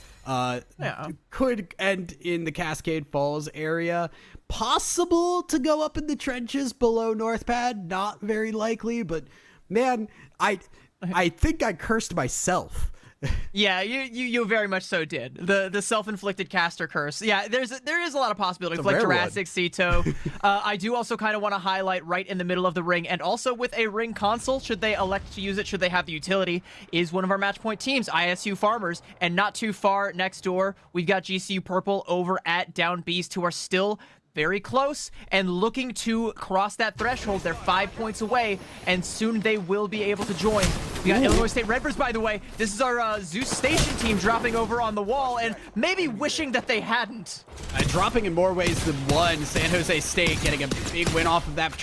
This Nemesis not great into the Newcastle wall as we're just fighting while we're reloading. San Jose State lose their Pathfinders. The rest of the team going to try and come up. The Newcastle res could be big here. Not going to get it off. Does get the knock afterwards. And now San Jose State Blue back on the offensive. Oh, gotta watch out. The real one is over there to the left. Yet not able to get the crack there onto Judge. And this Mirage team, Mirage actually, paying off pretty well for the teams utilizing him. San Jose State, it hasn't been clean for them. They're able to get some of these reses with the utilization of that Newcastle, but they're gonna have to invest a lot more than that. This is a really aggressive fight going on early on for teams that have a lot of ground to cover in the leaderboards. I mean, they're trying to cover it fast here. San Jose State Blue may not get the win, and they will not. Illinois State Redbirds, it was a messy opening, but they closed it off strong. Well, I mean, yeah, as messy as it was, you've got to clean it up now. You're able to get that win. You're able to get some KP under your belt. And again, with that triple support comp, they can get a pretty quick reset and still play. But there are, in fact, bloodhounds sniffing out the trail. CSU Fullerton Blue, they see a crime scene, and they're like, all right, what happened here? Forgot the detective magnifying glass. We're going on the hunt here. Truthfully, just magnifying glass at the ground, following footprints right now. Like, we've got a clue. I've got Pink Panther music going on in my head. Well, it's off now because there goes one. It's Kostenko who gets caught out. They put down the Gibby Dome just to get that finish, and that will be a free KP going to them. The Pink Panther theme is now a swan song for Kostenko. Gonna drop the evac tower here. Are they just trying to get the high ground here and play off of that? No, they're gonna see an evac tower going up in the other direction, and they're chasing after this. This is away from the ring. I dare you to take that one. Yeah, not what you want. Oh, Cracks gets the knock, and ICX falls from Grace. CSU Fullerton Blue, by the way, I have been so impressed with this team. This is why I'm not counting anybody out. This is not one of our match point teams, not even one of our spoiler teams, but they have been a constant threat. They have been annoying for a lot of other teams to deal with, and they could easily find themselves taking a match point team out, maybe even finding themselves in an endgame scenario where they themselves get the dub here. But right now, they're going to settle for what they've got. Big 2KP going over to Saving J and Company as they're going to move on. Judge still alive, so we'll be able to stay up. RIT Black in the middle of the ring here. Going to be fighting out at teams coming down from the mountain lift. I've watched everyone slide down right into their domain. They are not in the next ring. It's actually going a little bit further north. Checkpoint and Cascades seems to be where it is going to be next. Toronto Metropolitan Bold, though, that is a huge knock onto Viz. That's the Southern Miss. One down, but they're also losing their Newcastle. KQL is gone, and the Mastiff needs to come up big here. Nidfang, can you make it happen? Losing health, not going to. And Pyro, again, the last one alive. We've seen this so many times before, but I don't think Pyro's making it out of this one alive. Toronto Metropolitan Bold go down, but Southern Miss go down as well. Utah Valley Black take out the top team in the lobby. That is way too early to be bowing out. And if you're Southern Miss, you're going to be looking back to that World's Edge team. If another match point team wins this, you're going back to that time where you thought you had the opportunity and the caustic gas choked Viz's life out. That is so rough. But speaking of match point teams, Calgary Exodus looking to become just that. And with a little bit of KP looking through the gates here on Jurassic, they could become just that. Calgary gonna fire through the gates here. Midzi is backing off for some health. Is that already on? Okay, that is a purple shield that has the bonus of controller. I was like, we're not already on red shields, are we? But Calgary get a knock, toss the nade to try and push forward here, and they're going to take ground where they can. Pushing up, trying to punish that knock. Defensive bombardment, and that is about as defensive as it gets, trying to temper some of this aggression that comes out from Calgary Exodus. But they're taking so much ground, so much real estate in Jurassic now belongs to them, and they are going to be happy with what they've got. Even though, again, it's not a Jurassic ring, and this is not where they want to be long-term, holding this ground, taking this loot, and winning this fight now would hugely benefit them. Jurassic turning into a fighting ground here, because not only are there two teams fighting it out, but there's a third moving in for the fight as well. Now it looks like we're going to have Mackerson and friends in between a couple of teams, although Vesper looks like they want to get out of there. Look at the ring, though. Look at how far north it's pulling, and specifically something I want to highlight. One of the teams that is currently set up in that ring is ISU Farmers. They have gone full zone. They're no longer playing the aggressive edge style. They are looking for finishing power. They want to stick the landing here. Jack aware of the teams across the way here. Trying to just wait it out. RT Orange looking to move here, and like you said, lots of teams that need to get going here a minute before this ring 2 starts to close, and everybody still in Jurassic is about to be in trouble. Nades are starting to fly. That's UH0, I believe, fighting with Calgary Exodus. Right now, Calgary Exodus bringing out Sheila, and Sheila doing a lot of work. The nade about to hit, though, and it does take Midzi's shield down a good bit. Buffalo Esports go out in the kill feed, but Calgary, seeing the caustic gas, know they're in for a fight here as they're starting to cough. Don't want to choke, and Midzi may be about to fall. Does to the EVA 8, and Calgary Exodus just have their Pathfinder left to get them out of this sticky situation. That puts them on the back foot, and they needed points to get to match point. And well, placement points is going to have to be the best they can get right now. There is a crafter not too far from here, but you do have to wait until the dust settles and until this team leaves you alone. Just ignore me, all right? Please don't chase me down. Redbirds have Judge up here. They need to get some KP here. They've been able to reset, get their team members back up. Judge was successful. Now they need to fight out. Massive shots, take down one, and they're going to push in on this. They know they have the man advantage. Knocks another, and just one member left. They have to find them. I don't think they know where he is. They'll at least get the 2 KP for themselves. That's GCU Purple also going out really early. That's both of our teams that were sitting at 45 that aren't going to be able to cross that threshold. Still do technically have that Pathfinder alive down in Jurassic, so it's not technically done, but you are correct. Yeah. It is a rough game for them. Iowa State Farmers playing zone like we have never seen before. They're waiting for the crops to grow at the moment. once again, off the Mad Maggie and onto the Pathfinder. And I think that may have been because they want to try and get into zone early. They want to actually get themselves the intel, utilizing the Pathfinder, you know, the Evo, the skill trees now.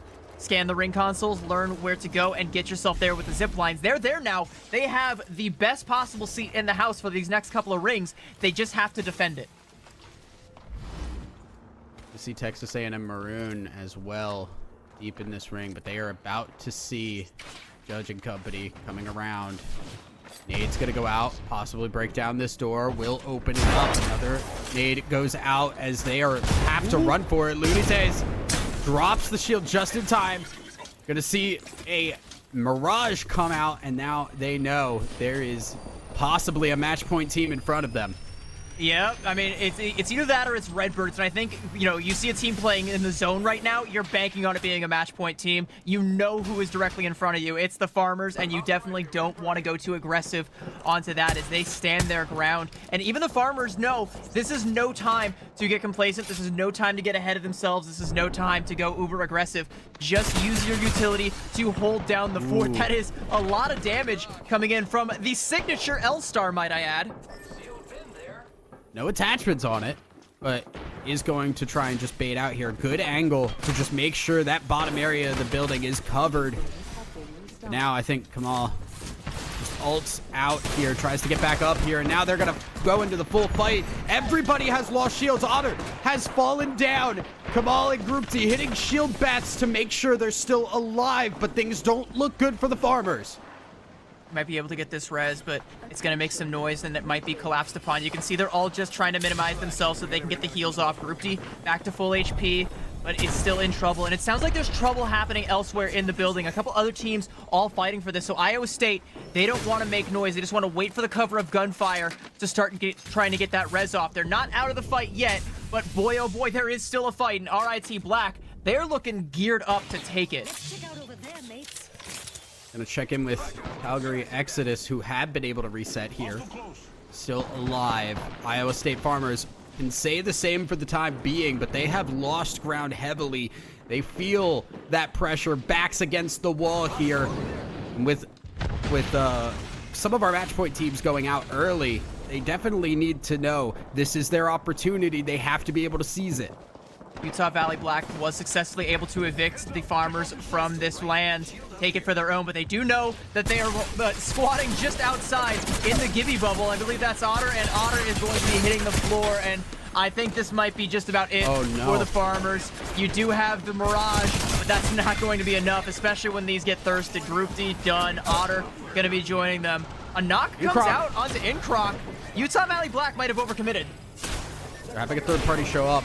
I want to call out, I believe it was Utah Valley Black that also took out Southern Miss. So they have been on a killing spree here, just taking out the top dogs. Now they need to keep themselves alive, and they'll get the reset. Again, Gibraltar Newcastle keeps you alive in situations you never should be, and Utah Valley Black back on their feet. They do have to be careful, though. They can't try and bite off more than they can shoot. Otter is still alive, and Kamal can still get the res. That's still playable for for Iowa State Farmers at Utah Valley Black. They worked so hard to get this building, but you can see that armory is actually where the ring is going to start to pull, and we already have a team posted up in there. Calgary Exodus, by the way, has been able to get the reset, but it might be a very temporary one. Mackerson just barely took ring damage and went down, and that's the worst possible time there as they're getting shot at. Cannot get Mackerson back up, and Calgary, again, just backs against the wall right now. UCF Knights, they should have an idea that they can push this. Farmers are gone. That is another match point team down. UCF Knights looking to take down a would-be match point team. This is another team that loves to gatekeep, and right now it might be coming back to bite them as they're taking some fire from elsewhere. They're gonna have to back off over here towards some cover, but this ain't the best place to be either, my friends. UCF Knights gonna be getting a win there and getting some KPs. CSULB gold go out in the kill feed. We see Incroc get fully finished now, so a couple of teams feeling the pain of this end zone here. It's going to be taking us northeast too, so a lot of these buildings going to be out of play very shortly in Kennesaw State Gold, one of the teams that's going to have to move up here. And they are on match point. You gotta believe Utah Valley Black is gonna be one to take them out. They are the next on the chopping block, and hey, there's a Pathfinder just hanging out outside. Maybe we deal with that problem there. Other team, by the way, still on match point is Texas A&M Maroon, who I believe has a pretty good position right now. They were previously posted up in the trenches just outside of North Pad. Might have a pretty good spot here out towards the water. Kennesaw State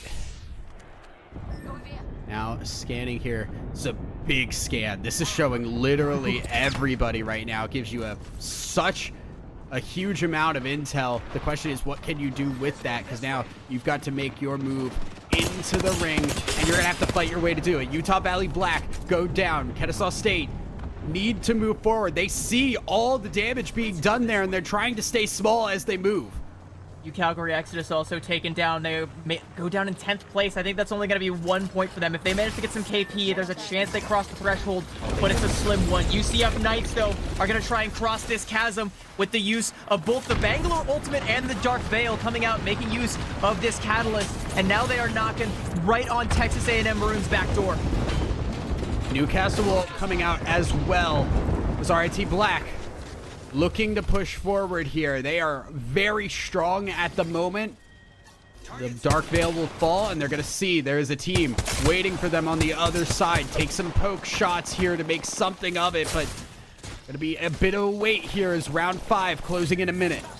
I like RIT Black's positioning, but they need to get some sort of punishable damage, and in this meta, we talked time and time again, it's so hard to do that, even if they get a knock, which they just might not, because there's a team right at their back door, I believe. That's Kennesaw State. Kennesaw State getting this win would put them in a very solid position. They're now seeing RIT Black getting shot from both sides. Can't stay up on that high ground. Luckily, the lifeline.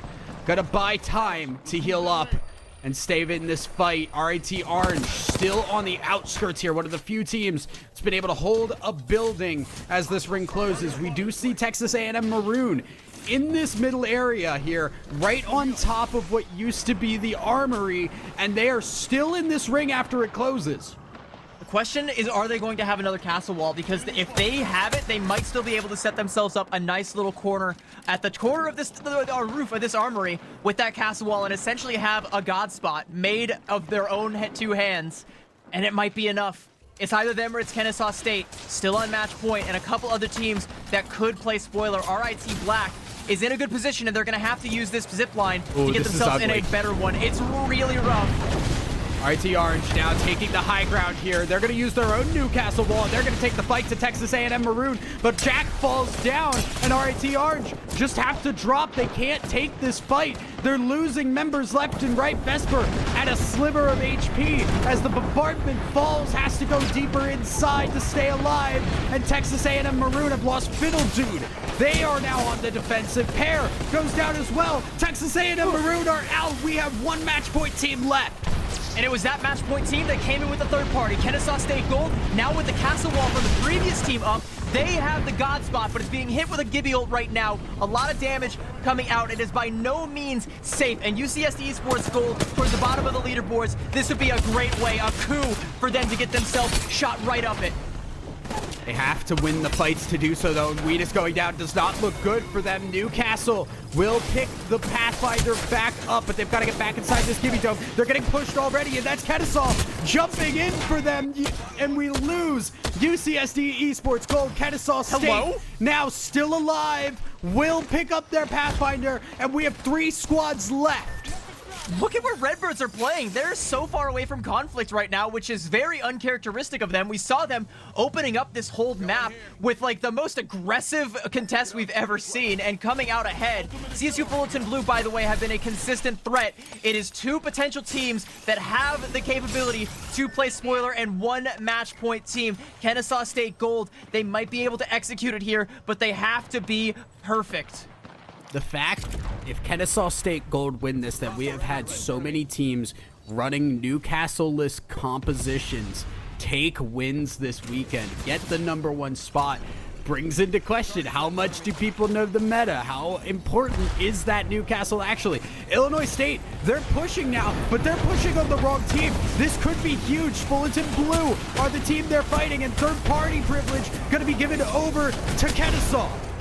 I think the Redbirds just handed over the win to Kennesaw State. No. They haven't even taken damage. They're just throwing in the ults, throwing in the nades, and it has been handed over on a silver platter. Kennesaw State Gold are going to be your team to do it, your match point champions. After all is said and done, Kennesaw State given everything they needed in order to take that win, and take that win they did. Again, they are your champions, grand finals winners. And I feel bad almost at how that ended, because we were so built up, and then it was a little anticlimactic. Okay, so to be fair, all right, Kennesaw State Gold had what I dubbed the God spot. All you had to do was get the Newcastle wall up so that you actually had playable cover up there. And another team did that for them. They just went up there and took it. And then if you're Redbirds and you're sitting way over on the other side of the ring, you're at a perfect triangle with two teams, and you see one team up on the high ground, another on the low ground, which do you start to march forward towards? All right, and it's just kind of a gamble. Like, you don't know who that team on the high ground is. You don't know that they are a match point team, and I don't think there's any way that Redbirds could have known. But they essentially just said, all right, mutually assured destruction between us and this other team, and we just got to pray that this other team, you know, either completely fumbles the bag or just isn't a match point team. And unfortunately, they did not fumble the bag. They were a match point team, and now they are champions. I do want to say there is the possibility there that you see that Maggie drill coming in at you and you say, that could be Kennesaw State Gold. They are one of the few teams running that match point. You know they're still in there. But regardless, that's not how it worked out.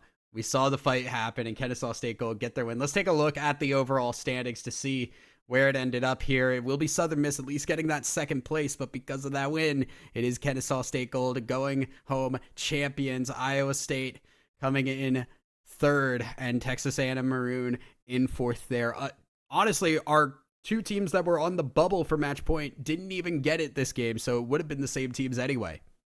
Yeah, pretty much. I was talking about Calgary Exodus, Grand Canyon Purple being so close. By the way, CSU Fullerton Blue, had they won, they might have been a match point team. So, I mean, Redbirds really just ruined, like, CSU Fullerton Blue's, like, whole day. It's like, all right, we're going to go in, we're going to grief you.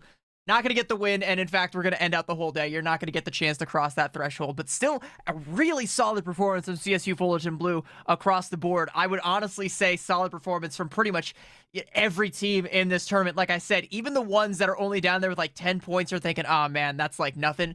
No, even those teams had flashes of brilliance. It was just such a stacked lobby that it was really like no weak links. Everybody brought their A game, came correct, but it was Kennesaw State that just seized the right moment at the right time. We saw two teams on match point before them come so close and choke. KSU did no such thing. Yeah, I mean, Kennesaw State Gold, all things considered, were a little bit slow on the day. We saw Southern Miss kind of rocket up there and take that first match point spot, but Kennesaw State Gold took them a little bit to get going, finally got the points going, and they do take home the win. That is going to be it for us, though, guys. We have been so excited to bring you this entire season. I once again want to congratulate their Kennesaw State Gold on their win. Thank all the teams for taking part. Thank you guys for watching. And for myself and CB, hope to see you guys next time around.